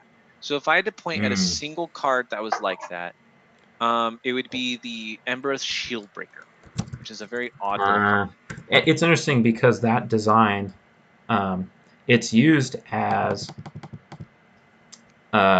a famous example in the lenticular design article that Mark Hmm. made, where creatures that have an ETB, destroy an artifact or enchantment, have really bad lenticular design because players want to save them until just the right moment. They feel bad about holding it back because they need the flying body. or they cast Yep. the flying body before they're able to remove the artifact or enchantment. Exactly. Yeah. Exactly. And that's what I wanted to talk about was for me, that was the issue I wanted to address. I wanted to fix the problem of I have a creature, but it's stranded in hand until I can use the ability. The problem is the second you put those abilities on the creature and let you cast them at a later point in time, you start running into timing issues. So having an attached sorcery with that inherent restriction is very convenient in some ways. Obviously, it's still an onboard trick in some contexts if you were to do it the other order, creature and then sorcery. But in this case, I pointed out because it didn't solve the problem. The problem still exists. You want to cast Battle Display and then do Shield Breaker. But destroying an artifact is such a narrow effect in most cases. And so the people who need a one and a red 2/1 are going to feel a little crappy whenever they're forced to run it out. Because when you have to play a Goblin Piker, you're probably in some shit, right? You already are probably feeling a little down on yourself. And so it's not the best implementation. And for me, I would personally prefer if it was much more natural to do the 1-2 punch of adventure than creature. Is there room for effects like this? Am I sad that this card exists? No. I wonder I if know it's that more of a constructed plant. Although I've seen this mhm, card be very interesting and limited. Like if you're in a Knight Tribal deck and you want to curve out, it's yeah, interesting when you choose not. Like I think there's good tension there, but only yeah, because of the creature type and the yeah, environment it's in. Only within the context of the decks you're playing with the card. yeah, Otherwise, the body is just stupid, and you're just going to hold back your bad shatter the whole game. yeah. Yeah, I think as you said, I think this tension deserves to exist and it needs room to exist. That's something I have grown to realize a bit more. But Yeah. it's definitely the kind of thing that just feels a little womp womp to me. Is Mm. that there's a lot of adventure cards where they have very unusual casting order. I know there's some other ones that are a little odd in that sense, but I definitely saw more than a couple adventure cards where I was like, it's kind of unusual that they want me to go in this order, So, you like know? Fae of Wishes, that's the rare one where you wish from sideboard. Yeah. The granted the adventure that costs 4 mana, but the body itself costs 2. And you'd think in these Fires of Invention decks, decks that use Fae of Wishes, you want to have the 2 mana 1/4 flying body to defend, so that later you can have the mana and the tempo available to you to go Mhm. wish for something. But I Right. I think That it's a one good bounces tension itself. though. That one bounces itself, which is It, it, better. it does. I, That's true. And I wonder if that's why, like, there's such disparity between, not disparity, just too much tension. But there's yeah. also the one that has a 3 mana adventure that counters a spell, but it's a 2 mana 2/1 flyer, Yep. That and one's it's like weird. totally different decks want those effects also. So it's just a really weird. The weirdest one to me has the excuse of being a top-down design, but Flaxen Intruder is the design where I have. If Oh, it wasn't for the top-down, I would have no idea what it's doing. yeah. Uh, I yes, still it's kind of a don't. yeah, exactly. Like, is this the way you want to represent the fairy tale? To me, no, it's not. You have the giant adventure, and then you have the flaxen intruder that comes second. But the intruder has to hit the opponent to destroy an artifact or enchantment, which is so unusual to me, right? Like Yeah. I would prefer if it was the other way around. If or like or maybe instead of dealing combat damage, it had to just enter the battlefield. It seems like it's really in service to the top-down flavor and it gets very unusual. Is there room for the tension of sometimes the adventure costs a lot and the creature costs a little? Yes. Is this the design I would put it on? Probably not. No. I think the top down is the only thing carrying this card, but yeah, it's Yeah. it's definitely that tension of it's a tension of tension of do I want this much tension in a card? Do I want to have people consider this much when they're casting it? To me, my favorite adventure cards are the ones where, like I said, it's a 1-2 punch where you could theoretically cast the creature first and be it fine. But if you cast the adventure first, you get some bonuses like Love Struck Beast. I might already control a 1/1 creature, so I don't need to worry about Heart's Desire. But it's really Yeah. cool that I can do Heart's Desire and then cast Love Struck Beast. Or like Bone Crusher uh Giant. If they don't have yeah. creatures in play, it's better to put the threat on the board, and you might Hmm. be dealing that 2 damage to their face anyway if they try and remove it. Yeah, exactly. So there's a lot of designs like that where I feel it a much more natural. So, Yeah. for example, I've been looking into adventure as a possibility for something I'm working on, and I immediately wanted to start exploring the design space of the not sorcery side, the not adventure side, being like instead of being a tension, would just be a natural follow up, where I could jump straight to the follow up if I've already established the thing I'm looking for, but most often it's just a cool Benny on top of the actual focus, which would be the sorcery side, which I think could be a little more fun of an implementation sometimes. The issue running into there is it becomes a bit prescriptive. Like It players, does. well, one of the reasons they have adventure is because they want those in-game decisions where it's like, do I need the body now or do I want the value of the spell and then the body? If Right. you're not trying to Exactly. solve that problem, then you can kind of afford to like let go of that tension a little bit. It's not so Yeah. much a choice mechanic as it is like a procedural storytelling, this then that thing. Yeah. For me, I was thinking about exploring it as a mana sink mechanic. So to Yeah. go into some detail to actually make sense, I wanted to Not too have much detail. not too much detail. Well, it's not a custom mechanic, mind you. I'm using adventure. Oh, right, right. So in this implementation, so no difference. But yeah, to save a little spice and let me reveal, I was looking into possibly doing the not adventure side having repeatable effects or like things that go off every upkeep or on triggers or things like that, and then the sorcery side would have a giant bundle that could be like, for example, if my repeatable effect gains 1 life every upkeep, or something like that, just repeatable life gained, the sorcery could be something like a big chunk of life gain, as an example. Um, and that would be like if I draw it late in the game, oh, I haven't had a lot of chances to get this trigger, so I can cast the sorcery to get a bunch of it and then play it and get as much as I can. It's like catching up for lost time. Oh, I think, yeah, I think that's a cool way to use adventures is to use it as if I draw this card at the wrong time, now I have a bonus thing to do to compensate me for the lost time. I could still be tempted when I draw it in the beginning of the game. Do I want to play it early and skip out on the sorcery? Or do I want to save it and get the bundle and the sorcery? Or sorry, you know what I mean? But yeah. there's still tension there, as in I could still cast it either order if I don't need the bundle, but later in the game I get the bundle as a compensation prize for not having had it for the course of the That'd game. be a good implementation. That'd be Yeah, interesting. I think there's lots of room with adventure. I was looking into using it in other ways. Do we have to do creature sorcery then creature? Could we do creature then sorcery? If so, how would it be interesting? Are there other ways to make it so you can have an embedded card in a card that are cool without necessarily need to bundle it as a certain order of casting?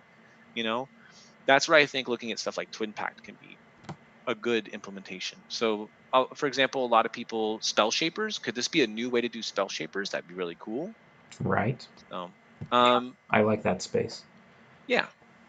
Cool. So We've done moving, adventures, I think. We probably need to move on. But it is kind of yes, like the most interesting mechanical space in the set. So yeah. I'm There's glad there's we not as kind of much left. covered it. Yeah. Did you have any last thoughts on adventure? uh, I not really. Just that I think it's a really good mechanic. I think it's the kind of mechanic where it might not be doing anything super amazingly or novel, but the things it does really well, and Really it well. has just enough spice to it to be good. I think the flavor of adventure sometimes I think is unfortunate because I want to use the Yes. mechanic in a different Oh, tone, but it does a good job tell me about it. unifying the tone here. I agree. I that's the kind of thing where yeah, actually, I guess Like, one why does last the comment. send have to give the city's blessing? It's like, dang Exactly. it. That stuff bugs me in Yeah. but again, what word could you have picked that would be do better than this? I think Quest, adventure. but Quest would be even worse. I think Adventure I is actually more generic. yeah, I like you could do adventures on Zendikar and stuff like that. So I think it's very narrow, but it's not as narrow as it could have been. Maybe. The Yeah. most you could have done would probably be to not give it a subtype at all and have the rulings account for if you have an embedded sorcery or something like that. Yeah. But I think the subtype helps. So Yeah. It does help. Okay, let's okay, talk about Adamant. We've kind of talked about it a little bit. I still yeah, want to talk about it mostly from the limited perspective because we haven't talked about that too much. yeah, Adamant does fascinating things to the limited environment. hmm This is such an interesting format to draft, and I know it's gotten a lot of hate because of just the bots on Arena. When you try and draft this on Arena, it's I think it's miserable. better now, but the first month or so, the bots were incorrectly just letting players pick up all the mill cards, and these super long, drawn out mill games became the dominant force in the format. Then you have all this food making the games longer as well, and it Yeah. was pretty miserable.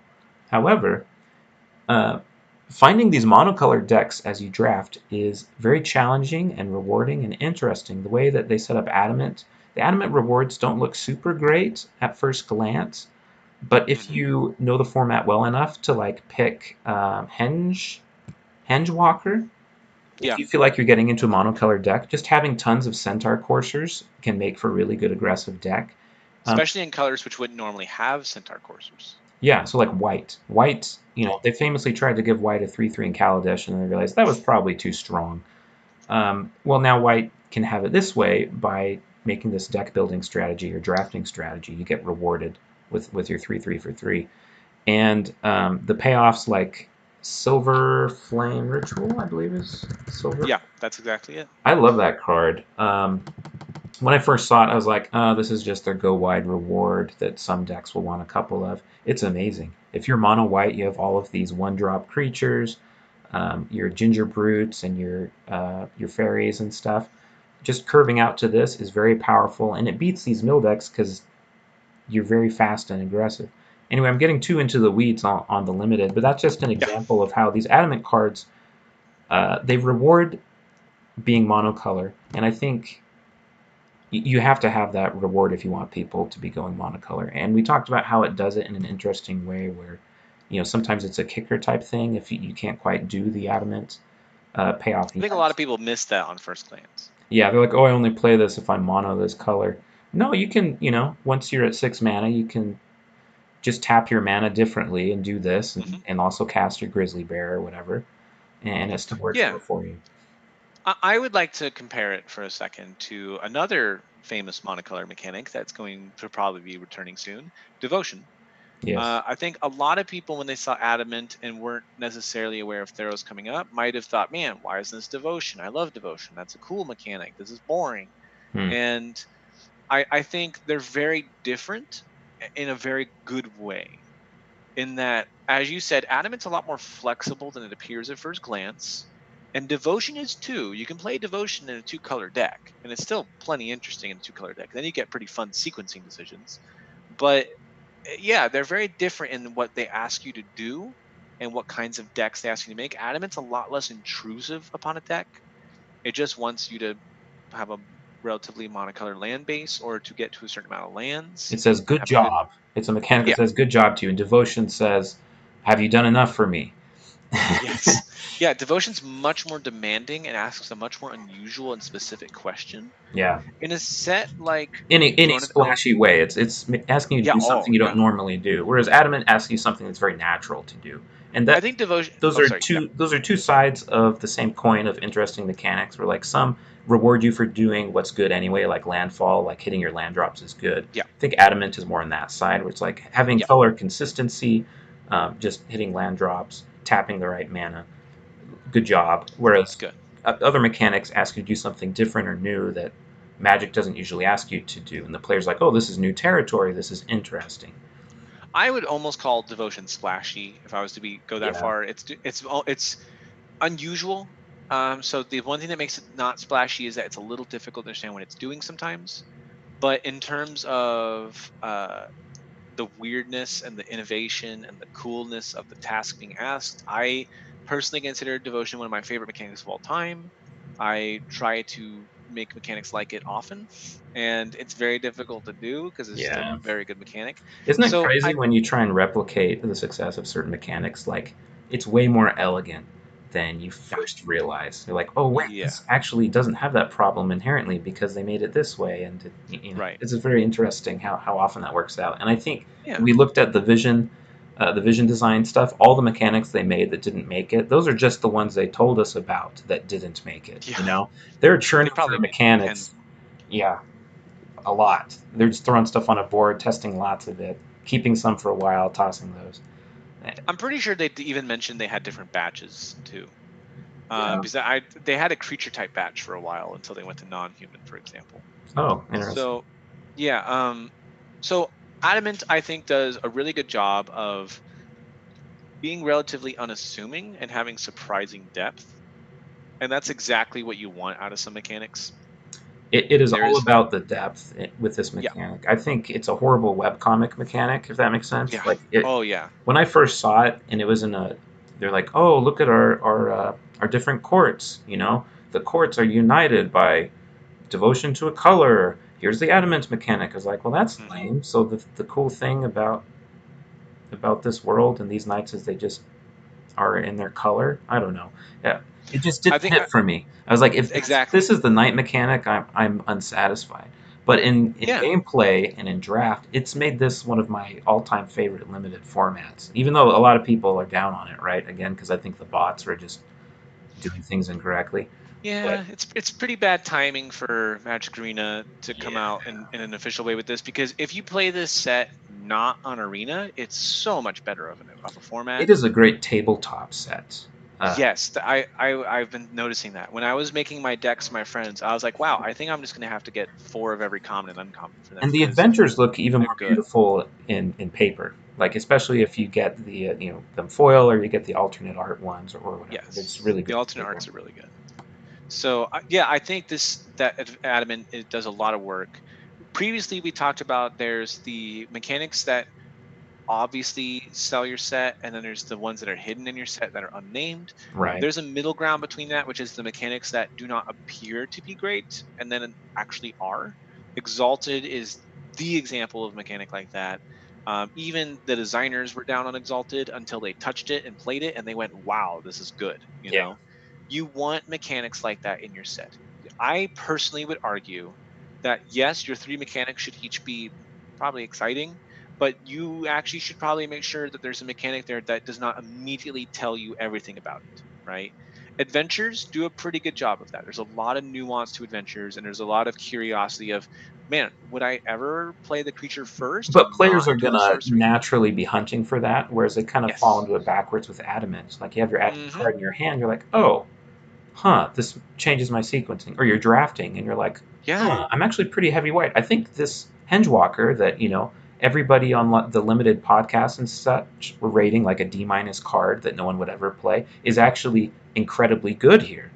And just Yes. having people realize things that they couldn't figure out if they were to just stop and think about it, but can only discover by playing is important, That's especially in this age where everybody talks about games all the time and mhm. they're looking from afar like, "Ooh, this mechanic is interesting. It's going to play like this." There is power to defying expectation, and that is one of the things that actually makes Magic a good game, is the ability to discuss it and theorize. When people start building these preconceptions, the shattering of that preconception is a very powerful moment in gameplay. I really value being able to shatter the preconceptions. I mean, Yes. you and I, we are very deep into Magic. Like we Hmm. make lots of custom mechanics. We have a pretty good idea of how mechanics are going to play just by other iterations we've made, and I was delighted to be surprised by Adamant. Yes. That was very exciting for me. A The great power in moment. Adamant is its incredible simplicity makes it okay. So to explain it in a procedural manner, you look at Adamant and it looks simple, and so you do not think about it more than you would. You dismiss it because it doesn't look like there's anything going on, Mhm. right? If it had been something like Exalted, that's a new mechanic with reminder text and it's doing something relatively new. So you might actually think through that a bit longer, and you might start realizing that Exalted's cooler than you would otherwise give it credit for. But with a mechanic like Adamant, it looks extremely straightforward. You just go, "Oh, this is triple color mana. Who cares?" And you And move on. mana is one of the simplest things of the game. Like the game is designed Yeah, so you don't have to think too much about your mana. Like right. just when you're deck building, right? They don't want you to stumble on colors. They don't want you to stumble on land drops, and so the game Yeah, kind of smooths that out for you. So it's not a part of the game that they've trained players to think about overly with its implications. yeah.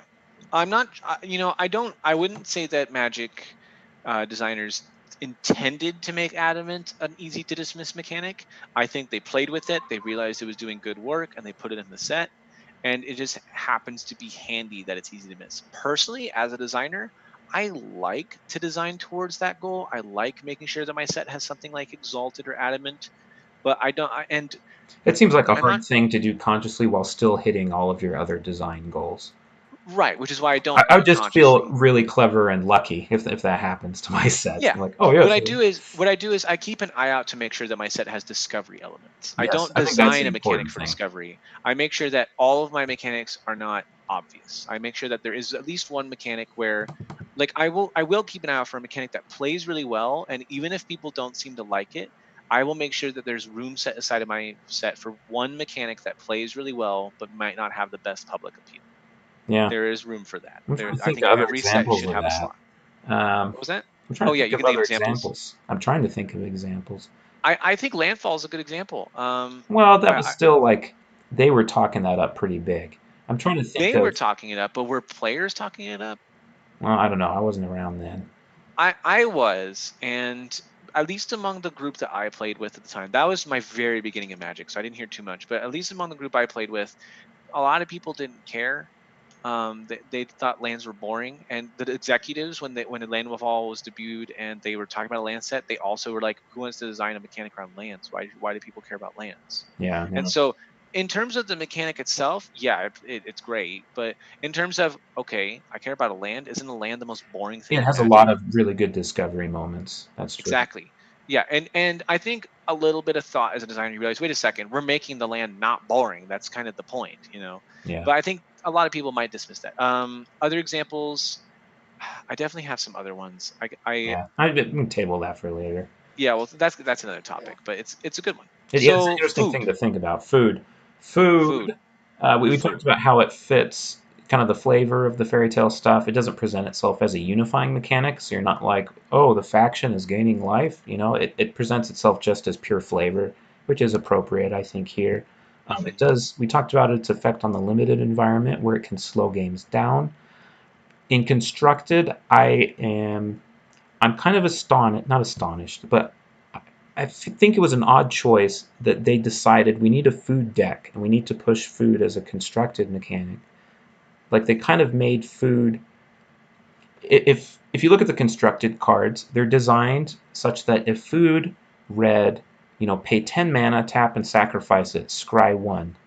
If that's what food did, those cards would still be exactly as good as they are now. Like the mechanic doesn't add anything except this is the thing that you turn into the engine, and then the output is this with this card.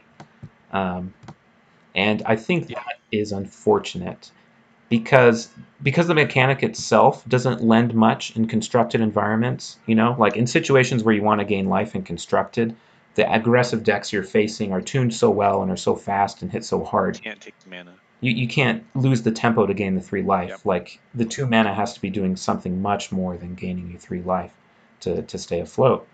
And so I think it makes sense if you only have 3 mechanics in your set and you have Night Tribal, you do want players, once they play their drafts and they play their games, to be like, oh, I want to make a Night deck. What cards should I trade for? Or I want to make an Adventure deck. I need some of those Lucky Clovers and Edgewall Innkeepers. But food, I don't know. It just the implementation feels like they saw food as if it were energy. They're like, let's turn food into this input-output resource that doesn't do anything else. Like they take this non-linear mechanic and then just make it linear specifically for these designs. And I don't know that that's the reason that these food decks have been so problematic, right? But in the article about the bans of Oko and some other green cards, they were talking about why Oko got the way it was. And I know I said we weren't going to talk about Oko, but this is just the context of this Yeah, no, point. you're not talking about Oko itself. Yeah. The reason they were tweaking so much with Oko is they were trying to get the food deck right, Hmm. which says to me they wanted a food deck. And when I look at the food mechanic, I don't know why they picked this to be a constructed, like what do our green cards do at rare? What are our constructed offerings going to be for green? I could see some of the cards being that way, but I don't know about making a whole deck based around it, right? With Wicked Wolf and the Goose. The Goose is a big sign that they wanted food to have a presence in Constructed because Yeah. if you have it, then you have your 1 mana Bird of Paradise that can also, has some other synergies. And it just seems like a very strange choice to me. And I feel like there's something I'm missing. Like maybe there's some context where it was still important that they made this deck, and maybe they just overtuned it a bit. But it seems I like a can disservice to the mechanic, I can because think it's of a not a couple mechanic reasons. anymore. It's just like, here's the thing. Yeah, I can think of a couple reasons actually. So, um, for one, let's talk about your acknowledgement of the energy similarities. Right. I think with energy, players and designers realize it's really interesting to have another resource to care about besides mana that lasts between turns. Okay. The problem with energy was it was very uninteractive and it was very parasitic. Now, food is parasitic, but it's interactive in that they're actually artifacts, and that if you push your opponent enough, they might start being tempted to crack them, right? If I remember correctly, even in constructed, there have been moments in some decks where people have gained life with food. Usually Very when they have, rarely. Like, very rarely, but it's it not why happens. you're running a food deck. No, you don't play the food to gain life, but it's there, right? And I think that's the thing is that to me, food gains life, and it might be used more for that in limited. But I would argue that food probably seems to have been designed more around being used as a resource. And they address the Yes. energy problem in two different ways. One, I we don't don't think they're need, addressing the energy problem. Anyway, go ahead. well, that's how I'm going to interpret it, Okay. is that they can address the problem by making, I would argue that they started from let's make food as a shared resource between cards because one, we can give foods an inherent outlet. So a card that makes food does not need to be justified in using the food. The food itself justifies that. So in limited or other cards, I can just have a card that makes food and that's fine. There's nothing weird about that. It's not like energy where I'm like, what the heck is this energy? I'm like, okay, cool. I can gain some life if I want, right? Then two, because they're artifacts, they're targetable by things that can destroy them. So they are a resource that has an inherent outlet, so it's easier to make cards that produce them at reasonable rates because they actually have an intended use always. And then two, can be dealt with. So if they were starting from the perspective of, hey, let's make another mechanic that uses a resource in a fun way, that's how I would do it. Would I choose to gain life as my outlet? I don't know. I might have gone for +1/+1 counters or something. But I feel like they chose a safe thing in that gaining life typically sucks, right? Yeah, Now, I hear that, but I don't think that's how they came about it. Everything we've seen that they've told us shows that it almost came about just incidentally from the top-down designs. They just it noticed there was did. a lot of food. Of course, how they choose to implement it, like maybe that is part That's of how they went mhm. into it. But I think it's more likely they just thought, what would a food token do? It's something that You can slow down the environment a bit, maybe if they're looking at their draft environment. mhm, mhm. Um, I don't because it's not really an energy design at common and uncommon so No, much. It is no. within the archetype, like black green. They're like, oh, what's the reward for food? Well, here's some other things you can do with food. Right. And that's what I'm trying to say is that I believe they started from top down. Let's make some food, lots of fairy tales of food. Then they went, okay, what does food do? It gains life. Is that good enough? Sure, for limited. But in constructed, we want something that's a little more skill testing, and you're never going to be forced to gain life. What are some other things we can do with food? Oh, you know what went really well? Energy. The energy went well Well, in some ways, not in other ways. Could we do something energy okay, like? you say that, but the food deck is not modular with its food. It's never like, well, what should I do with this food? The same way an energy deck is like, what do I do with this energy? How I do I would spend the argue energy? It's you think it is maybe. I guess no, Gilded Goose I gives don't. you something to do every turn. But if I if they intentionally want the mechanic to be energy like as far as linear and like a resource management mechanic, mhm. I don't think it succeeds in that way I agree. because your decks are doing different things depending on how it's built, and your food is just going to do one specific thing there. I think that was perhaps a miss. I think they maybe intended for it to be a resource management sim, and it did not work because the things that are using the food do so in ways that are not modular enough. So Like I think you only ramp when you need to ramp. You only use it with your mhm, wolf when you need to remove something. right. You only use it with I Trail think of it was Crumbs when you need cards. exactly. I think it was intended to be used in some more creative ways, but it wasn't. So the other end of it is okay. why even push food at all? Why do we have to make a constructed resource that uses food in a different way than limited does? Because again, Right. we've established that in limited, it's very clear how it came about. They wanted the top-down flavor of the fairy tales. They decided food was a good way to capture that. It's good. It does some okay work in limited, especially when you're not in Magic Arena, where it can slow down the format and be used in some fun ways. So, So well, let me why was it interject used real in quick. Yeah, Just on the limited side, a point I wanted yeah, to make. I think this was Tommy's theory, our mutual friend. He thinks yeah. that food was intended to intentionally slow the game down so that your best of ones on Magic Arena feel more satisfying. That they wanted to slow down the game because they want to push best of one more. But best of one just has too much variance unless you can reliably make the game a little slower.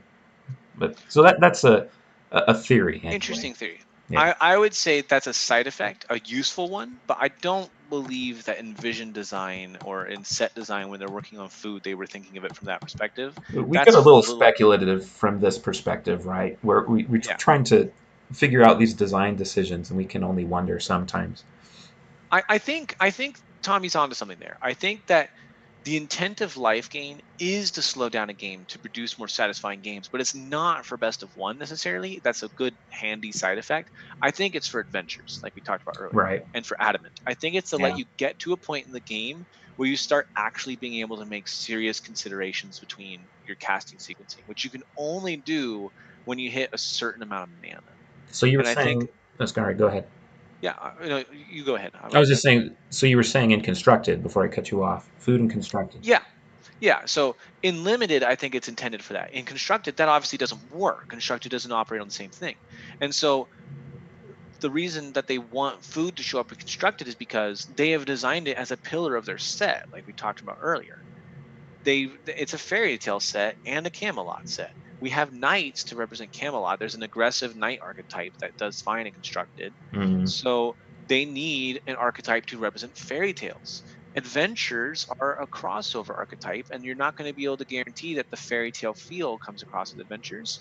So to me, I wouldn't say Mm. this is as bad as like the Emrakul problem where they deliberately push a card. I think it's as simple as, you know what, if we're having standard decks, we probably want some goodies from every part of the set to show up in constructed, not pushing them but making sure that there's an actual deck for them, right? You don't want a large portion of your cards at feel to not be represented in standard. That's happened before, and I think Yeah, a but lot of people again, were they don't upset have by to it. use the named mechanics, right? No, they don't. Because, but like we they're said, but named they're in, mechanics are just the packaging of everything that the set is mechanically doing. But it is, right. if you want people to be excited to make decks, it is a signpost you've handed your players to say this is what the Hmm. set does. If you want to do more of it at your Friday Night Magic, make a deck based around it, and maybe your signpost uncommon gives you an idea of how to do that Right. deck. So I can So for understand that, but I still think food as a mechanic itself doesn't lend itself to that. It No, I think I agree. I think food ended up in an odd place. Yeah. But like for example, that's true. They've done that in the past. This is long enough ago that maybe it's not true. But in constructed, we didn't really see a bestow deck, for example. But you Right. still saw enchantment creatures. Those were a big part of constructed. And And I they think had a couple bestow designs that were constructed playable. I think you can't yes, do a few food designs that are constructed playable but having a because food deck was without food itself being something completely else. Because food itself yeah, does nothing, right? Like we said, paying 2 to gain 3 life, that can't be the no, core of a constructed push design, I guess, unless it's part of a whole synergistic deck that cares about food. So right. I guess I see how that comes about. Clearly, what they should have done was have food say if your deck began with more than 60 cards in it, gain 6 life instead. Clearly, yeah. That's the solution. That's No, the solution to food. I, yeah, I think it's just an interesting conundrum where, as we said earlier, the set has some since it's so widespread and modular, it does have some identity issues.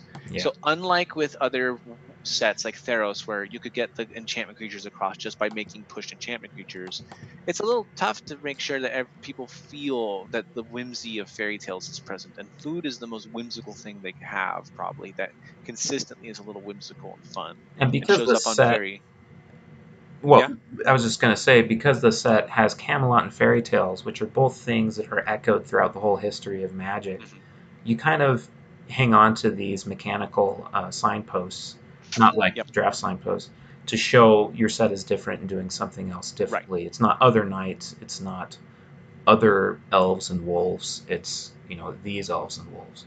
Right, exactly. We've seen fairy tale tropes in Magic before, and so Yeah. they're making sure that the new fairy tales are showing up. Whereas with Again, Theros, any card is like, oh, this is Greek. It doesn't yeah, have to have the bestow mechanic. Like, oh, this is from Theros because it's right, this story that is not told in any other way in Magic before. exactly. So I think it's really tough to anticipate what went into food to make it into a constructed mechanic. That's the kind of stuff that they're going to be a little hush hush about and not share as much. There's probably business decisions going on in there. There's Hmm. definitely some product architecture decisions going on in there. It's not the kind of stuff that we inherently are privy to. The problem is, one, we don't get told that side of the perspective, and two, we We don't have the cannot really. same goals. Yeah, we don't have the Yeah. same goals. As custom designers, our experience and practice goes into very different areas than business. And we for some custom designers, personally, not me, but a lot of custom designers, including you, are really good at thinking about constructed and trying to design towards constructed. I'm bad at that. I've just never had a brain for constructed. I've So it's always been really It's a tough for me. really I'm a limit. interesting puzzle, Yeah. uh, eh, in a different way than limited is, and I think that's why I was wondering it because lately with my custom sets, I've been trying to push certain things for our custom constructed format, and how you decide what you want to see playing constructed is an interesting question. Yeah. And that's the kind of thing where I just don't have the brain for it or enough experience for it. I'm a very limited focused person. One So thing I've gained a I lot make of limited stuff. appreciation for is how they've split up vision, set, and play design. Yeah. I used to think, well, why can't one designer just do all the things? They should be good at all of it. But you can see how different mindsets lend themselves to because they're very Yeah. different problems at each stage. It's interesting because Wizards still expects every designer to have an understanding of every part of the process. Yeah, They don't say, oh, you're going to be a vision designer or a set designer, okay, you don't need to know anything about play design. They still expect you to understand things like design a card for constructed, or like in GDS3 we still saw stuff like that. And yeah. in my experience, I've seen things like that too. I have interviewed for Wizards, and I literally can't say a lot of detail, but I can say that, yeah, it's not as simple as, if you know how to design cards for limited, you'll get hired. Right. It's not. You do need to understand every part of the process, even if you're not shooting to be in play design. It's a I big think game. it's What was that? It's a big game. It's a really Yeah, big game. it's a big game. I think they like the flexibility of saying, "Hey, can you go to play design for a bit or help out play design?" I Yeah. think they like it that they don't need to constantly clean up after you when they get to play design. That vision and set design can be trusted to make something relatively workable for play design. Yeah. you know so I think as custom designers, we have the privilege to not worry about that if we don't want to. But if your goal is to be making either Magic the Gathering officially, or to make your own games professionally, which I would recommend you to do, then I think that is the kind of thing you want to think about. Is you want to try to diversify your skill set, and you want to, even if you're designing for limited, really be thinking about play testing and iterative design and how it's going to look when you actually play with it. A lot of custom designers never get to the stage where they do a lot of testing or experience something in action and design towards specific outcomes. And I think that's a skill that is good. It's interesting if you think, how would Eldraine look if design stopped after vision design? They just Yeah, decided their mechanics.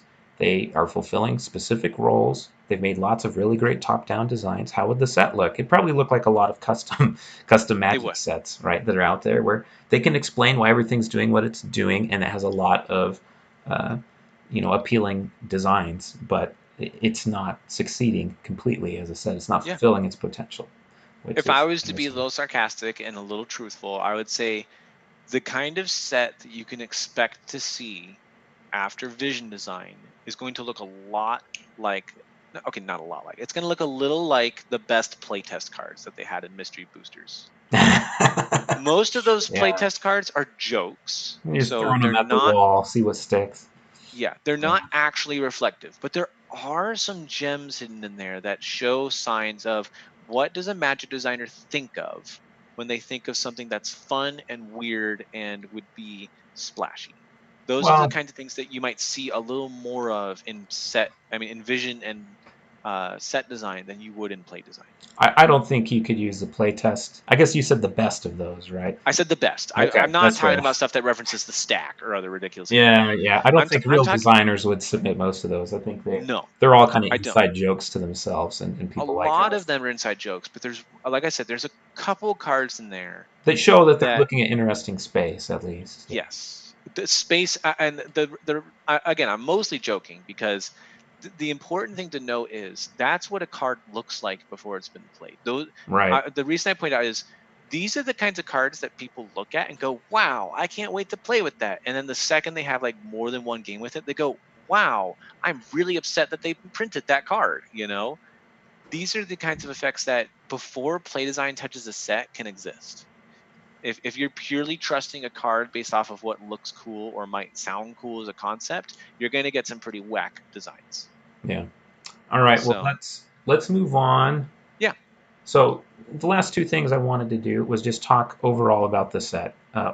If you were to like step back and say, all right, what are the takeaways from the set? How well did it do at meeting its design goals? How innovative was it?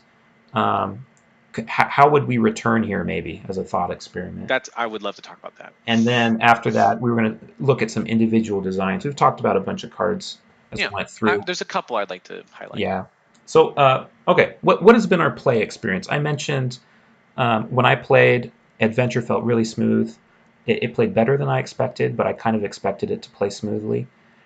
And I was wowed by Adamant and what it did to Limited. I felt Mhm. so clever when I was like, oh my gosh, the secret to this environment is knowing when the monocolor decks are open and knowing that they're powerful. And that changes Mhm. your evaluation of everything. And you go to, you end up hitting the table with these decks that you would not build in any other format, which I really enjoy. What's your experience been?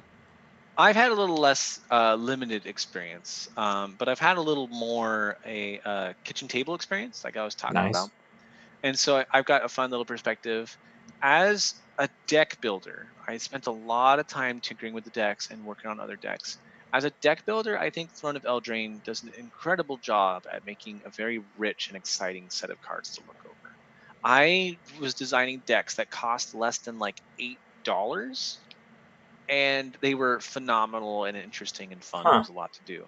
I barely had to look at the rares to find things that were exciting and that made me go, wow, I want to make a deck around that. Really? I think Eldraine, yeah, I think Eldraine does a really good job of making some cards that when I show them to myself or to my friends, they go, ooh, that's really cool, or wow, I didn't know you could do that. So So what like are the uncommons you're thinking of? the number one that comes to mind is Animating Fairy. Immediately, I Okay, think it's a flavorful top-down design that makes you want to design a deck where you can make big artifacts. that's fair. And is that an incredible card? No, but is it a really fun card that inspires something? Yeah. Sure. I think people love animating artifacts. There's great flavor to that, and that's a really cool deck to go up against. Another example All that would be, glitters is a good example of that. yep, Yeah, we're talking about it. exactly. All that glitters makes That you is a think. really good one. Yes. But like even beyond the artifacts and enchantments, which I think had a lot of hits, I think that's my favorite part of the set by far. Um, and I'm very biased. Uh, I would say there's some other very fascinating designs in there. Like I said earlier, I designed a white green adventure deck and a black red knight deck. The knights struggled a little bit more to be enticing. There was some pretty fun ones in there. I think Crashing Rampart was my favorite in that sense, a common, mind you.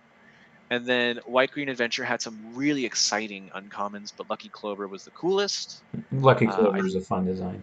Lucky Clover is really fun, and there's just a lot of designs that either go, okay, cool, I can make a deck around that, and I'm excited to, or there's designs that make you wonder what kind of deck you want to use it in, like Midnight Clock. I think a lot of players will not understand at first what makes Midnight Clock a good You kind card. of have to play it to figure it out. Exactly. So there's a Yeah. lot of fun puzzles hidden in the set. There's a lot of fun cards that entice you to try them out. There's a lot of interesting little archetypes that ask a little bit more of you than normal. Like the draw your second card each turn archetype is a fun one for that. Yeah. So Um, I was just thinking yeah, about my reaction to your saying there's just lots of fun uncommons that make you yeah. want to build decks, and I was like, I didn't feel that way. I didn't see uncommons that made me want to build decks. I Hmm. have heavy Johnny sensibilities, and when I think of uncommons that make me want to build decks, I'm thinking like really wacky build arounds. But I'm Right. thinking, why don't they have more of that? And I think the blue red draw two stuff is kind of hitting that space for Johnnies, and Yeah. the modularity of adventures and like flickering your adventure creature, returning it to Yeah. hand. It's more like combo putting different pieces together. Like you have Trail of Crumbs and Edgewell Innkeeper and Lucky Hmm. Clover that are I think they're kind of Johnny build and arounds, but not Johnny focused build arounds. Like the, the reward is too good and too obvious as a Johnny for I me to be like, oh, what a great Johnny card. Except for the Lucky Clover, I think that still hits Johnny pretty well because you think what effects are good to double. yeah. Uh, I would say that Johnny, it's still a form of Johnny. There that is a yeah, kind of Johnny that exists. It's a subset of Johnny, and it's touched. It's not made explicit as often. Most people don't consider it a Johnny necessarily. A lot of times people think it's spiky, but that I think Johnny is about discovery and creativity and expression. Yes, but Johnny is mostly about I would say Johnny's about choice. And I think in this you get the modularity and choice of, okay, I got some obvious rewards and pushes towards archetypes. How can I get the most out of these, and how can I combine them? yeah, Like are that's what I was saying. I think the Yeah, modularity of the exactly. set is hitting the Johnny space more than Builder Ends. Although Fires of Invention is a great, I think that's a great Johnny Yes. card and a Yes. Spike card. Yes, But it is. That's a fun one.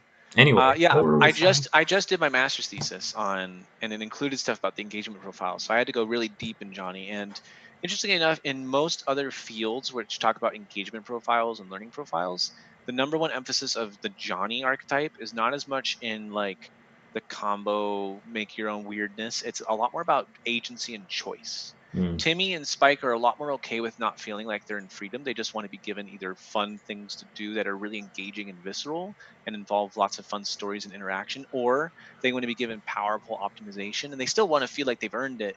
But it's not necessarily about having a lot of freedom and choice. If you give them a very restrictive environment like chess, they're okay with that. But Johnny really wants something that's about self-expression and about agency and feeling like they're in control of the outcome. And even if you don't give them explicit fun build arounds and just give them straight up rewards, there's a lot of freedom within the commons and uncommons of how to interact between these different archetypes that can be pretty fun. Hmm. So Well, I um wouldn't feel that so strongly, but I see the distinction. yeah, I think it comes across better when you're not in a limited format. And when you're That's making fair. kitchen table decks that have a lot more freedom afforded to them, because I was making decks that like did not have a lot of duplicates, that were designed for pretty slow play, pretty low level play. Well, So you get Order a lot of more Midnight is a freedom. good example of that too. So, Hmm. Order of Hmm. Midnight, you kind of discover having an adventure where you return a creature from your graveyard to your hand works really well with other adventures because you can be returning, use your adventure, use the creature dies, then use your other creature that also has an adventure to return it. Um, that's pretty good at the same thing. Yeah. Just interacts well with the other puzzle pieces of the format. So we're talking about the modularity, and that was one of the big design goals of Eldraine. Do we Right. feel like it met that goal? Yeah, well, particularly the modularity of like tell your own stories, it hits that really well. I think that's the Yeah. hallmark of the set, like they were hoping for. I think their success at that. The goal of hitting the field of Camelot and Fairy Tale World. I don't think they Hmm. explicitly said their goal was to like make them mesh and have it feel natural, but it was Yeah. naturally a goal. I am not.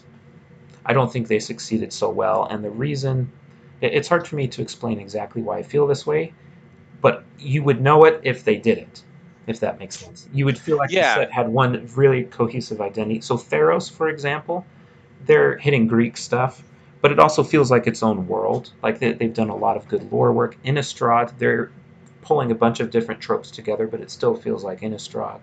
Here, it still feels too much like two disparate elements. And I Hmm. think it was very interesting how they used the structure of knights and then the frosting of the cake of the fairy tale side of things. And Hmm. they do a really good job putting it together. But when you come to like, if you ask someone, what's the identity of this set? Is it a fairy tale set? Is it a Camelot set? if you were to come back here, what would you expect? And it's hard to know, in my opinion. Are you want both? But Huh? what does it mean? Yeah. Yeah.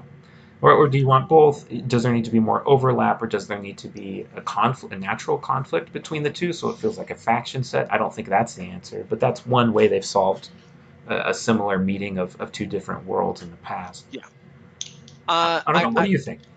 I agree. I think that they feel very siloed. They feel very separate, which is intentional. The lore and the world building makes it very clear there is the court and the wilds, And right? I They think are maybe that's separate. why they were looking at two sets for a while. I think during Vision, they were Yes, they did. expecting they'd have one more set where they would do more of a fairy tale focus, and the first set they could spend more time on Camelot. They So were maybe going to it's a do victim of lighter. that. I found it very interesting the way they split it up, which they did lighter in Camelot and darker in the woods, which was Yeah. very intentionally made for Camelot, which has okay, so I originally a long time ago I looked very bleak into making a King Arthur set, and I realized one, nobody's going to know any of this stuff. All the mythology is very obscure, and two, King Arthur's incredibly gloomy. It's a sad tragedy. It's an extended tragedy. There's heroic and adventurous moments, but it ends with Camelot falling and King Arthur dying and the Holy Grail being lost forever because no one will ever be virtuous enough to get the Holy Grail. Which I think is The what fu- makes it so fascinating, but also what makes it yeah, hard to be resonant because it's well, actually a lot more complex and complicated with a lot more gray area and yeah. When people duality think than people expect. Yeah, when people think King Arthur, they expect straightforward, light, heroic fantasy. They do not realize it's a tragedy and that it's very gray throughout a lot of it. Yeah. And so when I was making it, I was like, okay, this is a pretty dark storyline. This is a gloomy, doomy set. I gave up on it pretty quickly, but because it was just a proposal for something. I wasn't making it myself, but Mm. when I was doing research for someone proposing it, I point out what you want to make and the source material are very different. You're going to want to change it a little bit. And I think that's why they did for Camelot make the light set to lift up the gloominess a bit and focus on the stuff that people know about King Arthur. And then for the fairy tales, which they were worried would be too funny and cutesy, make it the dark set. That way you get the Hmm. twisted fairy tale feel. Yeah. They And, moved and away from then that. they can mix a little bit too. You can show off the dark side of the Camelot Hmm. mythos and not have it feel too out of character with the set because you already have dark Right. elements with the fairy tale stuff. If you do it in Yeah. small numbers, small doses. I feel like mixing it was a good idea. I think the mix works. The problem is, I don't think they show the coexistence of the two sides of the world enough. You see How do you do hints. that though? Because I'm with you, and I've been thinking, well, how useful is it to say, I see why they did it. It was a good idea, but they didn't do it well enough. What does well enough look like? And that's what I'm Well, puzzling over still. it's simple. There's a couple things that I think are very obviously either missing or could be added. So, the very obviously missing is there a knight in the set that cares about dragons? Right? Yeah. Right? And so that's the kind of thing where, like, okay, there's not a lot of dragons. There's a lot of knights fighting dragons. Those are fairy tale things. Why do we not have a dragon slayer? Right? That would overlap the Camelot and fairy tale a smidge more. I think another thing that we could have seen is, uh, so for example, I was looking over the cards, and it's very odd that almost every card that shows a knight does not show fairy tale stuff, and almost every card that shows fairy tale stuff does not show a knight.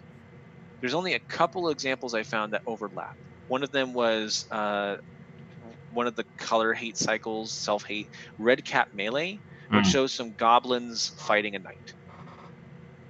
That's one of the only ones I found. I did a brief skim, but for the most part, the knights do not go up against or interact with the wilds, and the wilds do not go up against or interact with the court. And that feels like a much more natural, not a conflict necessarily, but like show them dealing with each other. There's got to be borderlands, right? Show the So like, ecosystem of the world, yeah, right? It doesn't feel right, like I learned about the ecosystem and what knights do with the wilds only from lore outside of the set, right, like stuff I read online. exactly. So And like, yeah, for so example, I think when creative is looking over the set, maybe that was one priority of showing how the two sites interacted with each other. Maybe could have been hit harder. yeah, I would say. So have you read the Abhorsen trilogy? I have not. Okay, so that's a great trilogy by Garth Nix. I recommend it to everyone listening to Garth this. Nix. Okay. Yes, fantastic Arthur, great name. So Garth Nix wrote the Abhorsen trilogy. It's about an alternate world. Not really alternate. It's about a world like ours, except there's a big wall that divides the normal modern industry of like they have like 1920s style cars and stuff from a fantasy world that still relies on magic and has castles and weird monsters and stuff, right? And so like there's this big wall that divides a civilized modern industrial place from a fantastical weird place. And then there's people posted on the wall who have like modern, like they have like World War One style armor, but they wield swords as well as guns because guns don't always work there. And they have radios, but they also have like flags because again, radios don't always work. And so it's cool in that like you can drive up to the wall, but once you get there, they have to rely on horses again and other things like that. Hmm. I think stuff like that would have been good. Show off more of like the walls from which the knights are watching the wilds and show goblins. They do that a bit. There's another card, Barge In, if I remember correctly, that Yeah. shows non-human creatures breaking into a castle. That's the kind of stuff I'm talking about. I I think would love they to see. needed a big story, a conflict, I think, or not a conflict, but like all of A the reason. knights are going into the wilds for this capital S story reason. Kind of like how Which Kaladesh had the Inventors Fair. Like we mhm. knew, like we had a story reason that we're seeing lots of inventions and inventors. Um, that wasn't just because this is what's in the world. And I think we needed a reason that knights and the wilds were interacting with each Yeah. other. And so players just So kind of mentally understood this is how the ecosystem of the world works. they do that. Is the thing is they're trying to do that. The paladin cycle is intended to show the knights in the wilds. All of them are meant to be in the wilds. But the problem is the wilds don't obviously represent fairy tales. I think maybe is a little bit of tunnel vision in that creative might have gone, okay, they're in the wild, we're showing the overlap, but to the average player, they're not looking at the background and thinking that's fairy tale that they're in, right? I think what we needed was more cards and more designs which have a Camelot character playing a part in a fairy tale. Like I said with the Dragon Slayer, right? That's a Camelot knight playing a fairy Mm. tale part. The Great Huntsman could have been a Garen Brigg character joining in a story, right? So I've And then seen the there's all flavor text of all the paladins is talking about them finding the king. So they have yes. it here, even in a cycle, in a Hmm. prominent cycle. And they just already did what I said they should do, and I didn't Yeah, get exactly. The it. story that you're talking about is the story to find the king. They're Yeah, already going that's out in the true. wilds. It's It just is not out there. shown enough because the problem is it's not their presence in the wilds that we want. It's their presence in the fairy tale ecosystem. We want to Yeah. see that the knights are also involved in fairy tale stories. I think they missed out on a lot of potential representations for that that showed how the like I think there were more fairy tales that had knights in them, and they didn't really, and they were like, okay, well, we need the knights to be Camelot, so we're not going to have them be playing their fairy tale parts when they really should have tried to do both. Okay. Well, we got to So, wrap up soon, so we got to move yes, on. Um, not too much more to talk about. right. So, did it meet its goals? Monocolored, I think they met it well. I don't think they wanted to hit it any harder than they already did, No, yeah, with Devotion coming up and Theros. Does it innovate? We talked about innovation of adventures. Other things that I thought it innovated was colored artifacts. We kind of knew that was coming. They started yep. that with the latest core set, but that counts Mhm, as an innovation in my book. We're starting to mhm. use colored artifacts, and that They does a used lot them of really good well here. things. Yeah, especially with equipment, it just felt right. I think they did a really good job with their archetypes too. I don't know if that counts as innovative, but they had some really neat non-standard archetypes that showed that, you know what, there's a lot more space left in archetypes than some people think. Right. A lot of people have talked about green white always gets counters, you know, blue black always gets mill, red green gets weird nondescript ramp, you know, things like that. This set did a pretty good job of giving some unique archetypes to colors that were pretty new. Yeah, well, Blue Red Draw 2 was very interesting since they'd just done that in Modern Horizons. And I was thinking to myself, you just did this awesome instant and sorcery mechanic where you staple it to creatures. Why aren't you doing prowess, right? It didn't make any sense Mhm. to me. And I think That it's one I because found very odd.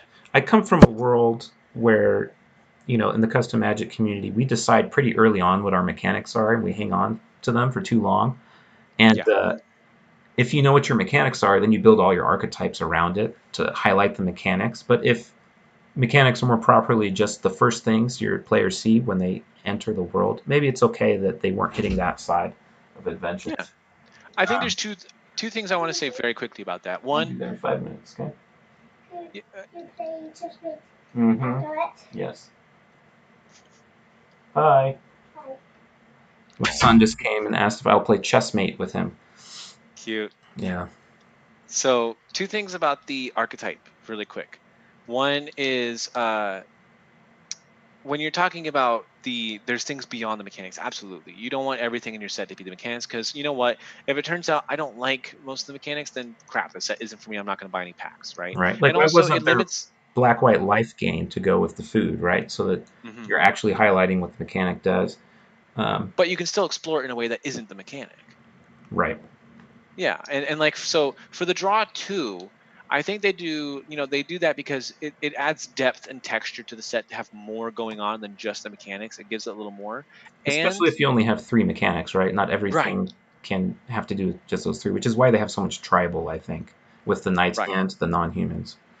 Yeah, so it gives you something fun to do that's different than what otherwise would be going on. And they already had an adventure archetype, and instant and sorceries would overlap a lot. They wouldn't share any colors, mind you, but that could even be part of the problem of like, okay, now four of our colors care about adventures. That's a lot, Mm, right?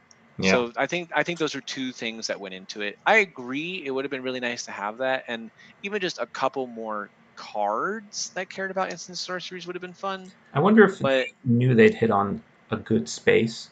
And like you were saying, this would be great in an instant sorcery set, and they were kind of pocketing it for later. Of course, then I they think that used the flavor of adventure, so we'll see how that works. But I think that's exactly how they're doing it. yeah, I think it's a natural place to go. Is, you know what? Let's not make people think about how we've done this, and next time we do it, it'll feel new when we do it, even though we're just returning this mechanic. But it'll feel cool to start caring about the sorcery instead of the adventure. yeah. I Again, think in is our what they might do. world, we want to mine all the space when we find it. Right. They're like, let's find all of the outer limits of this mechanic that we know is good now. Um, Hmm. So I think the draw two stuff was cool and appealing, but it was a question Yeah. I wondered. It's like why not instants and sorceries? Why not a life Yeah. gain archetype? But It's a good question to ask. but like you were saying, they have different archetypes than what we normally get, and I do Yeah. appreciate that. Yeah. So I thought that was a good goal and a good innovation. Um, Um, Other innovations. Um, Beyond that, I feel like they didn't really do too much. I If was you're going to very grade this as charitable, average innovation. I think. yeah, Well, I I think think. the draft format itself was incredibly innovative, but that's specific to Mhm. one format. I Yeah, think Adventure Mechanic is innovative, but not incredibly innovative. It solves some problems that other mechanics have had. yeah. I would say it's tough for Magic because average innovative is still innovative, mind you. Like, they're still Yeah, adding stuff and changing stuff, but the problem is Magic's a hungry, hungry beast, and not innovating is inherently below average for Magic. So yeah, just because it's an average grade in this respect doesn't mean it's not doing a good job. yeah. I'd be disappointed if all the sets were this innovative, but I don't think that's how it's going to be. So No, we'll yeah, see. Okay, let's talk about a couple designs. Then I gotta go. yeah. So Let's Happily Ever After is one design that we both flagged. That's something we want the to talk about. only the only design that we both flagged, funnily Yes, enough. and I think the main So, reason I only wanted to talk about White Draw, which is an yep, interesting new space. I guess that was an same. innovation, I suppose, but they're more just trying it Eh, out on a weird card they know is not going to see a lot of constructed play. So it doesn't even feel like an honest effort in some ways. Like they're barely testing the shallows of the waters. well, it wasn't even intended to be a test for that, right? So what happened was they designed this card and they went, man, this is a cool win con, but it's a little sucky to spend a turn, making this win con land the board. So they went, okay, how can we help out? Well, replace the card and gain some life, right? And they're like, oh, well, just straight up replacing the card adds a little bit to the cost. Could we Is that lower it? still And then in they, pie? Yeah. So right. then, Well, well, let's make an exception ugh, here. Maybe it's a new part of the pie. that's And that's the part that keeps bugging me. Is like, drawing a single card is in the pie. Cantrips are in every color. So acting like each player draws a card is a new thing for white feels very it feels odd more to me. white, but it's strictly worse than what they already have in the pie. Yeah. And Yeah. so it's very odd. The nice thing about it is it can be more aggressively costed than a cantrip, and it can show up on like creatures, which I Yeah. know that some people have been doing in custom cards. It's been But interesting to experiment with it, and I need to play with some of the iterations I've made with the mechanic Hmm. to see how it actually plays and how white it feels. To But me, it just feels it feels disingenuous to say that this is new space when white could have just gotten a cantrip here, and I doubt it would have been very good. Just drawing a card on a win con is not that great, especially when so mm, demanding as happily ever after. So I feel like it to me, I will be much more interested when they have each player draws 2 cards. That's what's going to pique my interest when it comes to experimenting with this. well, I And yes, really well go ahead. as you said, the other problem is this card just isn't good. It's not a good area to look at for data. Which again, it isn't intended as data for the mechanic of drawing cards in white, but I, I I'm excited to see what they do next because this isn't enticing to me. I'm interested in both sides draw cards in an aggressive deck with card flow Yep. because if you're being aggressive, you run out of cards at one point. They're already going to have more cards than you. You just finding your reach that you need can be really good. Yeah. So I'm interested in seeing how they do it. I think maybe some people expected this to solve White's problems, right? And when in reality it was just a space they were exploring that happened to be new. They were exploring in a very minor way. I don't think this is the thing that solves White, which is a design issue we can talk about later.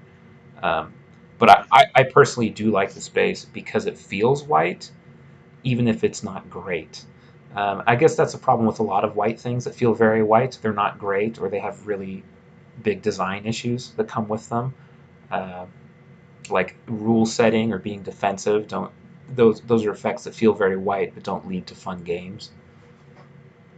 So Yeah. I think both players drawing a card can feel more fun, except for people who know about card advantage. Then it doesn't feel Yeah. fun. It's still fine. Like there was that one no, Rune Servitor. That's what it was. Not the Kaladesh one, Scribes. Rune Servitor is a fun card. I love Rune Servitor. Yeah, I think it's cool in limited, but Yeah. yeah. Okay, so that was a card. What's another card you want to talk about? Well, if I get to pick, You get I'm to gonna pick one. pick. Yeah. So I will pick.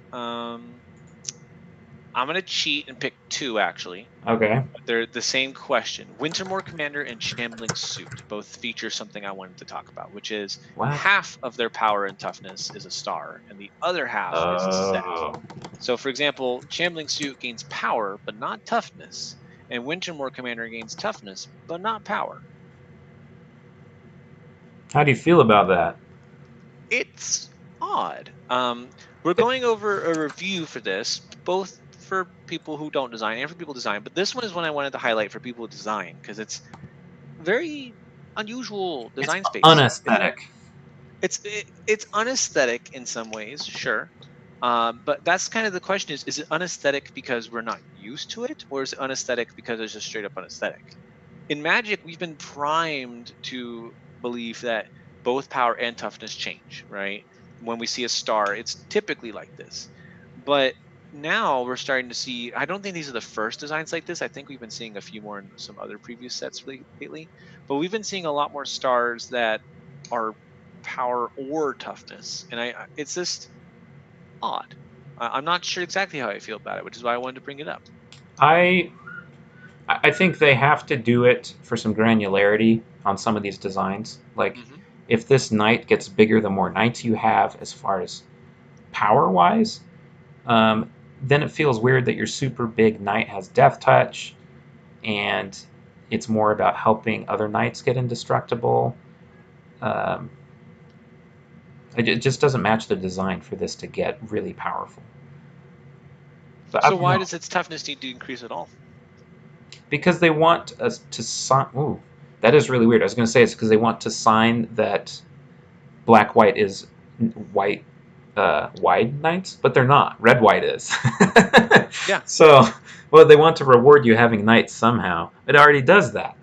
So why does it do that? That's a really good question. Most of the time in practice, it's a 2-1, 2-2, or 2-3. And when it's a Right. 2-3, there's still a lot of things that kill it that would have killed it if it were 2-2 or 2-1. So it makes the card read weirdly. It kind of stumbles. Like, I kind of stumble a bit as I read through it. Yeah, I don't think I like it. It's the kind of design where I feel like they started with no changing toughness, and board both changing, and they were like, cool, that means that rewarding you for playing more and more and more knights, it pushes you to have a knight deck and not just incidental knights. For the people who don't realize, like a lot of players would just see the second part and go, okay, I'll just put a couple knights in my deck and that'll be good, you know. But yeah, it just seems kind of, it's the kind of question where I'm not exactly sure where it's going, and I feel like there might have been a little more iteration that could have been done there, or it's secretly doing something that we don't understand. Yeah. A card I wanted to look at was Wandermare. Whenever you cast a creature spell that has an adventure, I mean, Yeah, it's right next to Wintermore Commander on the spoiler. it So is. my thing with Wandermare and Innkeeper and Mysterious Pathlighter, they're the green white rewards for adventures. Hmm. Why are they rewarding you doing the non-mechanical side of adventures, like just casting the creature instead of doing the adventure? And well, I think part of it is the prowess issue, right? And it feels a little bit like prowess, I guess, but it's only coming from a creature card.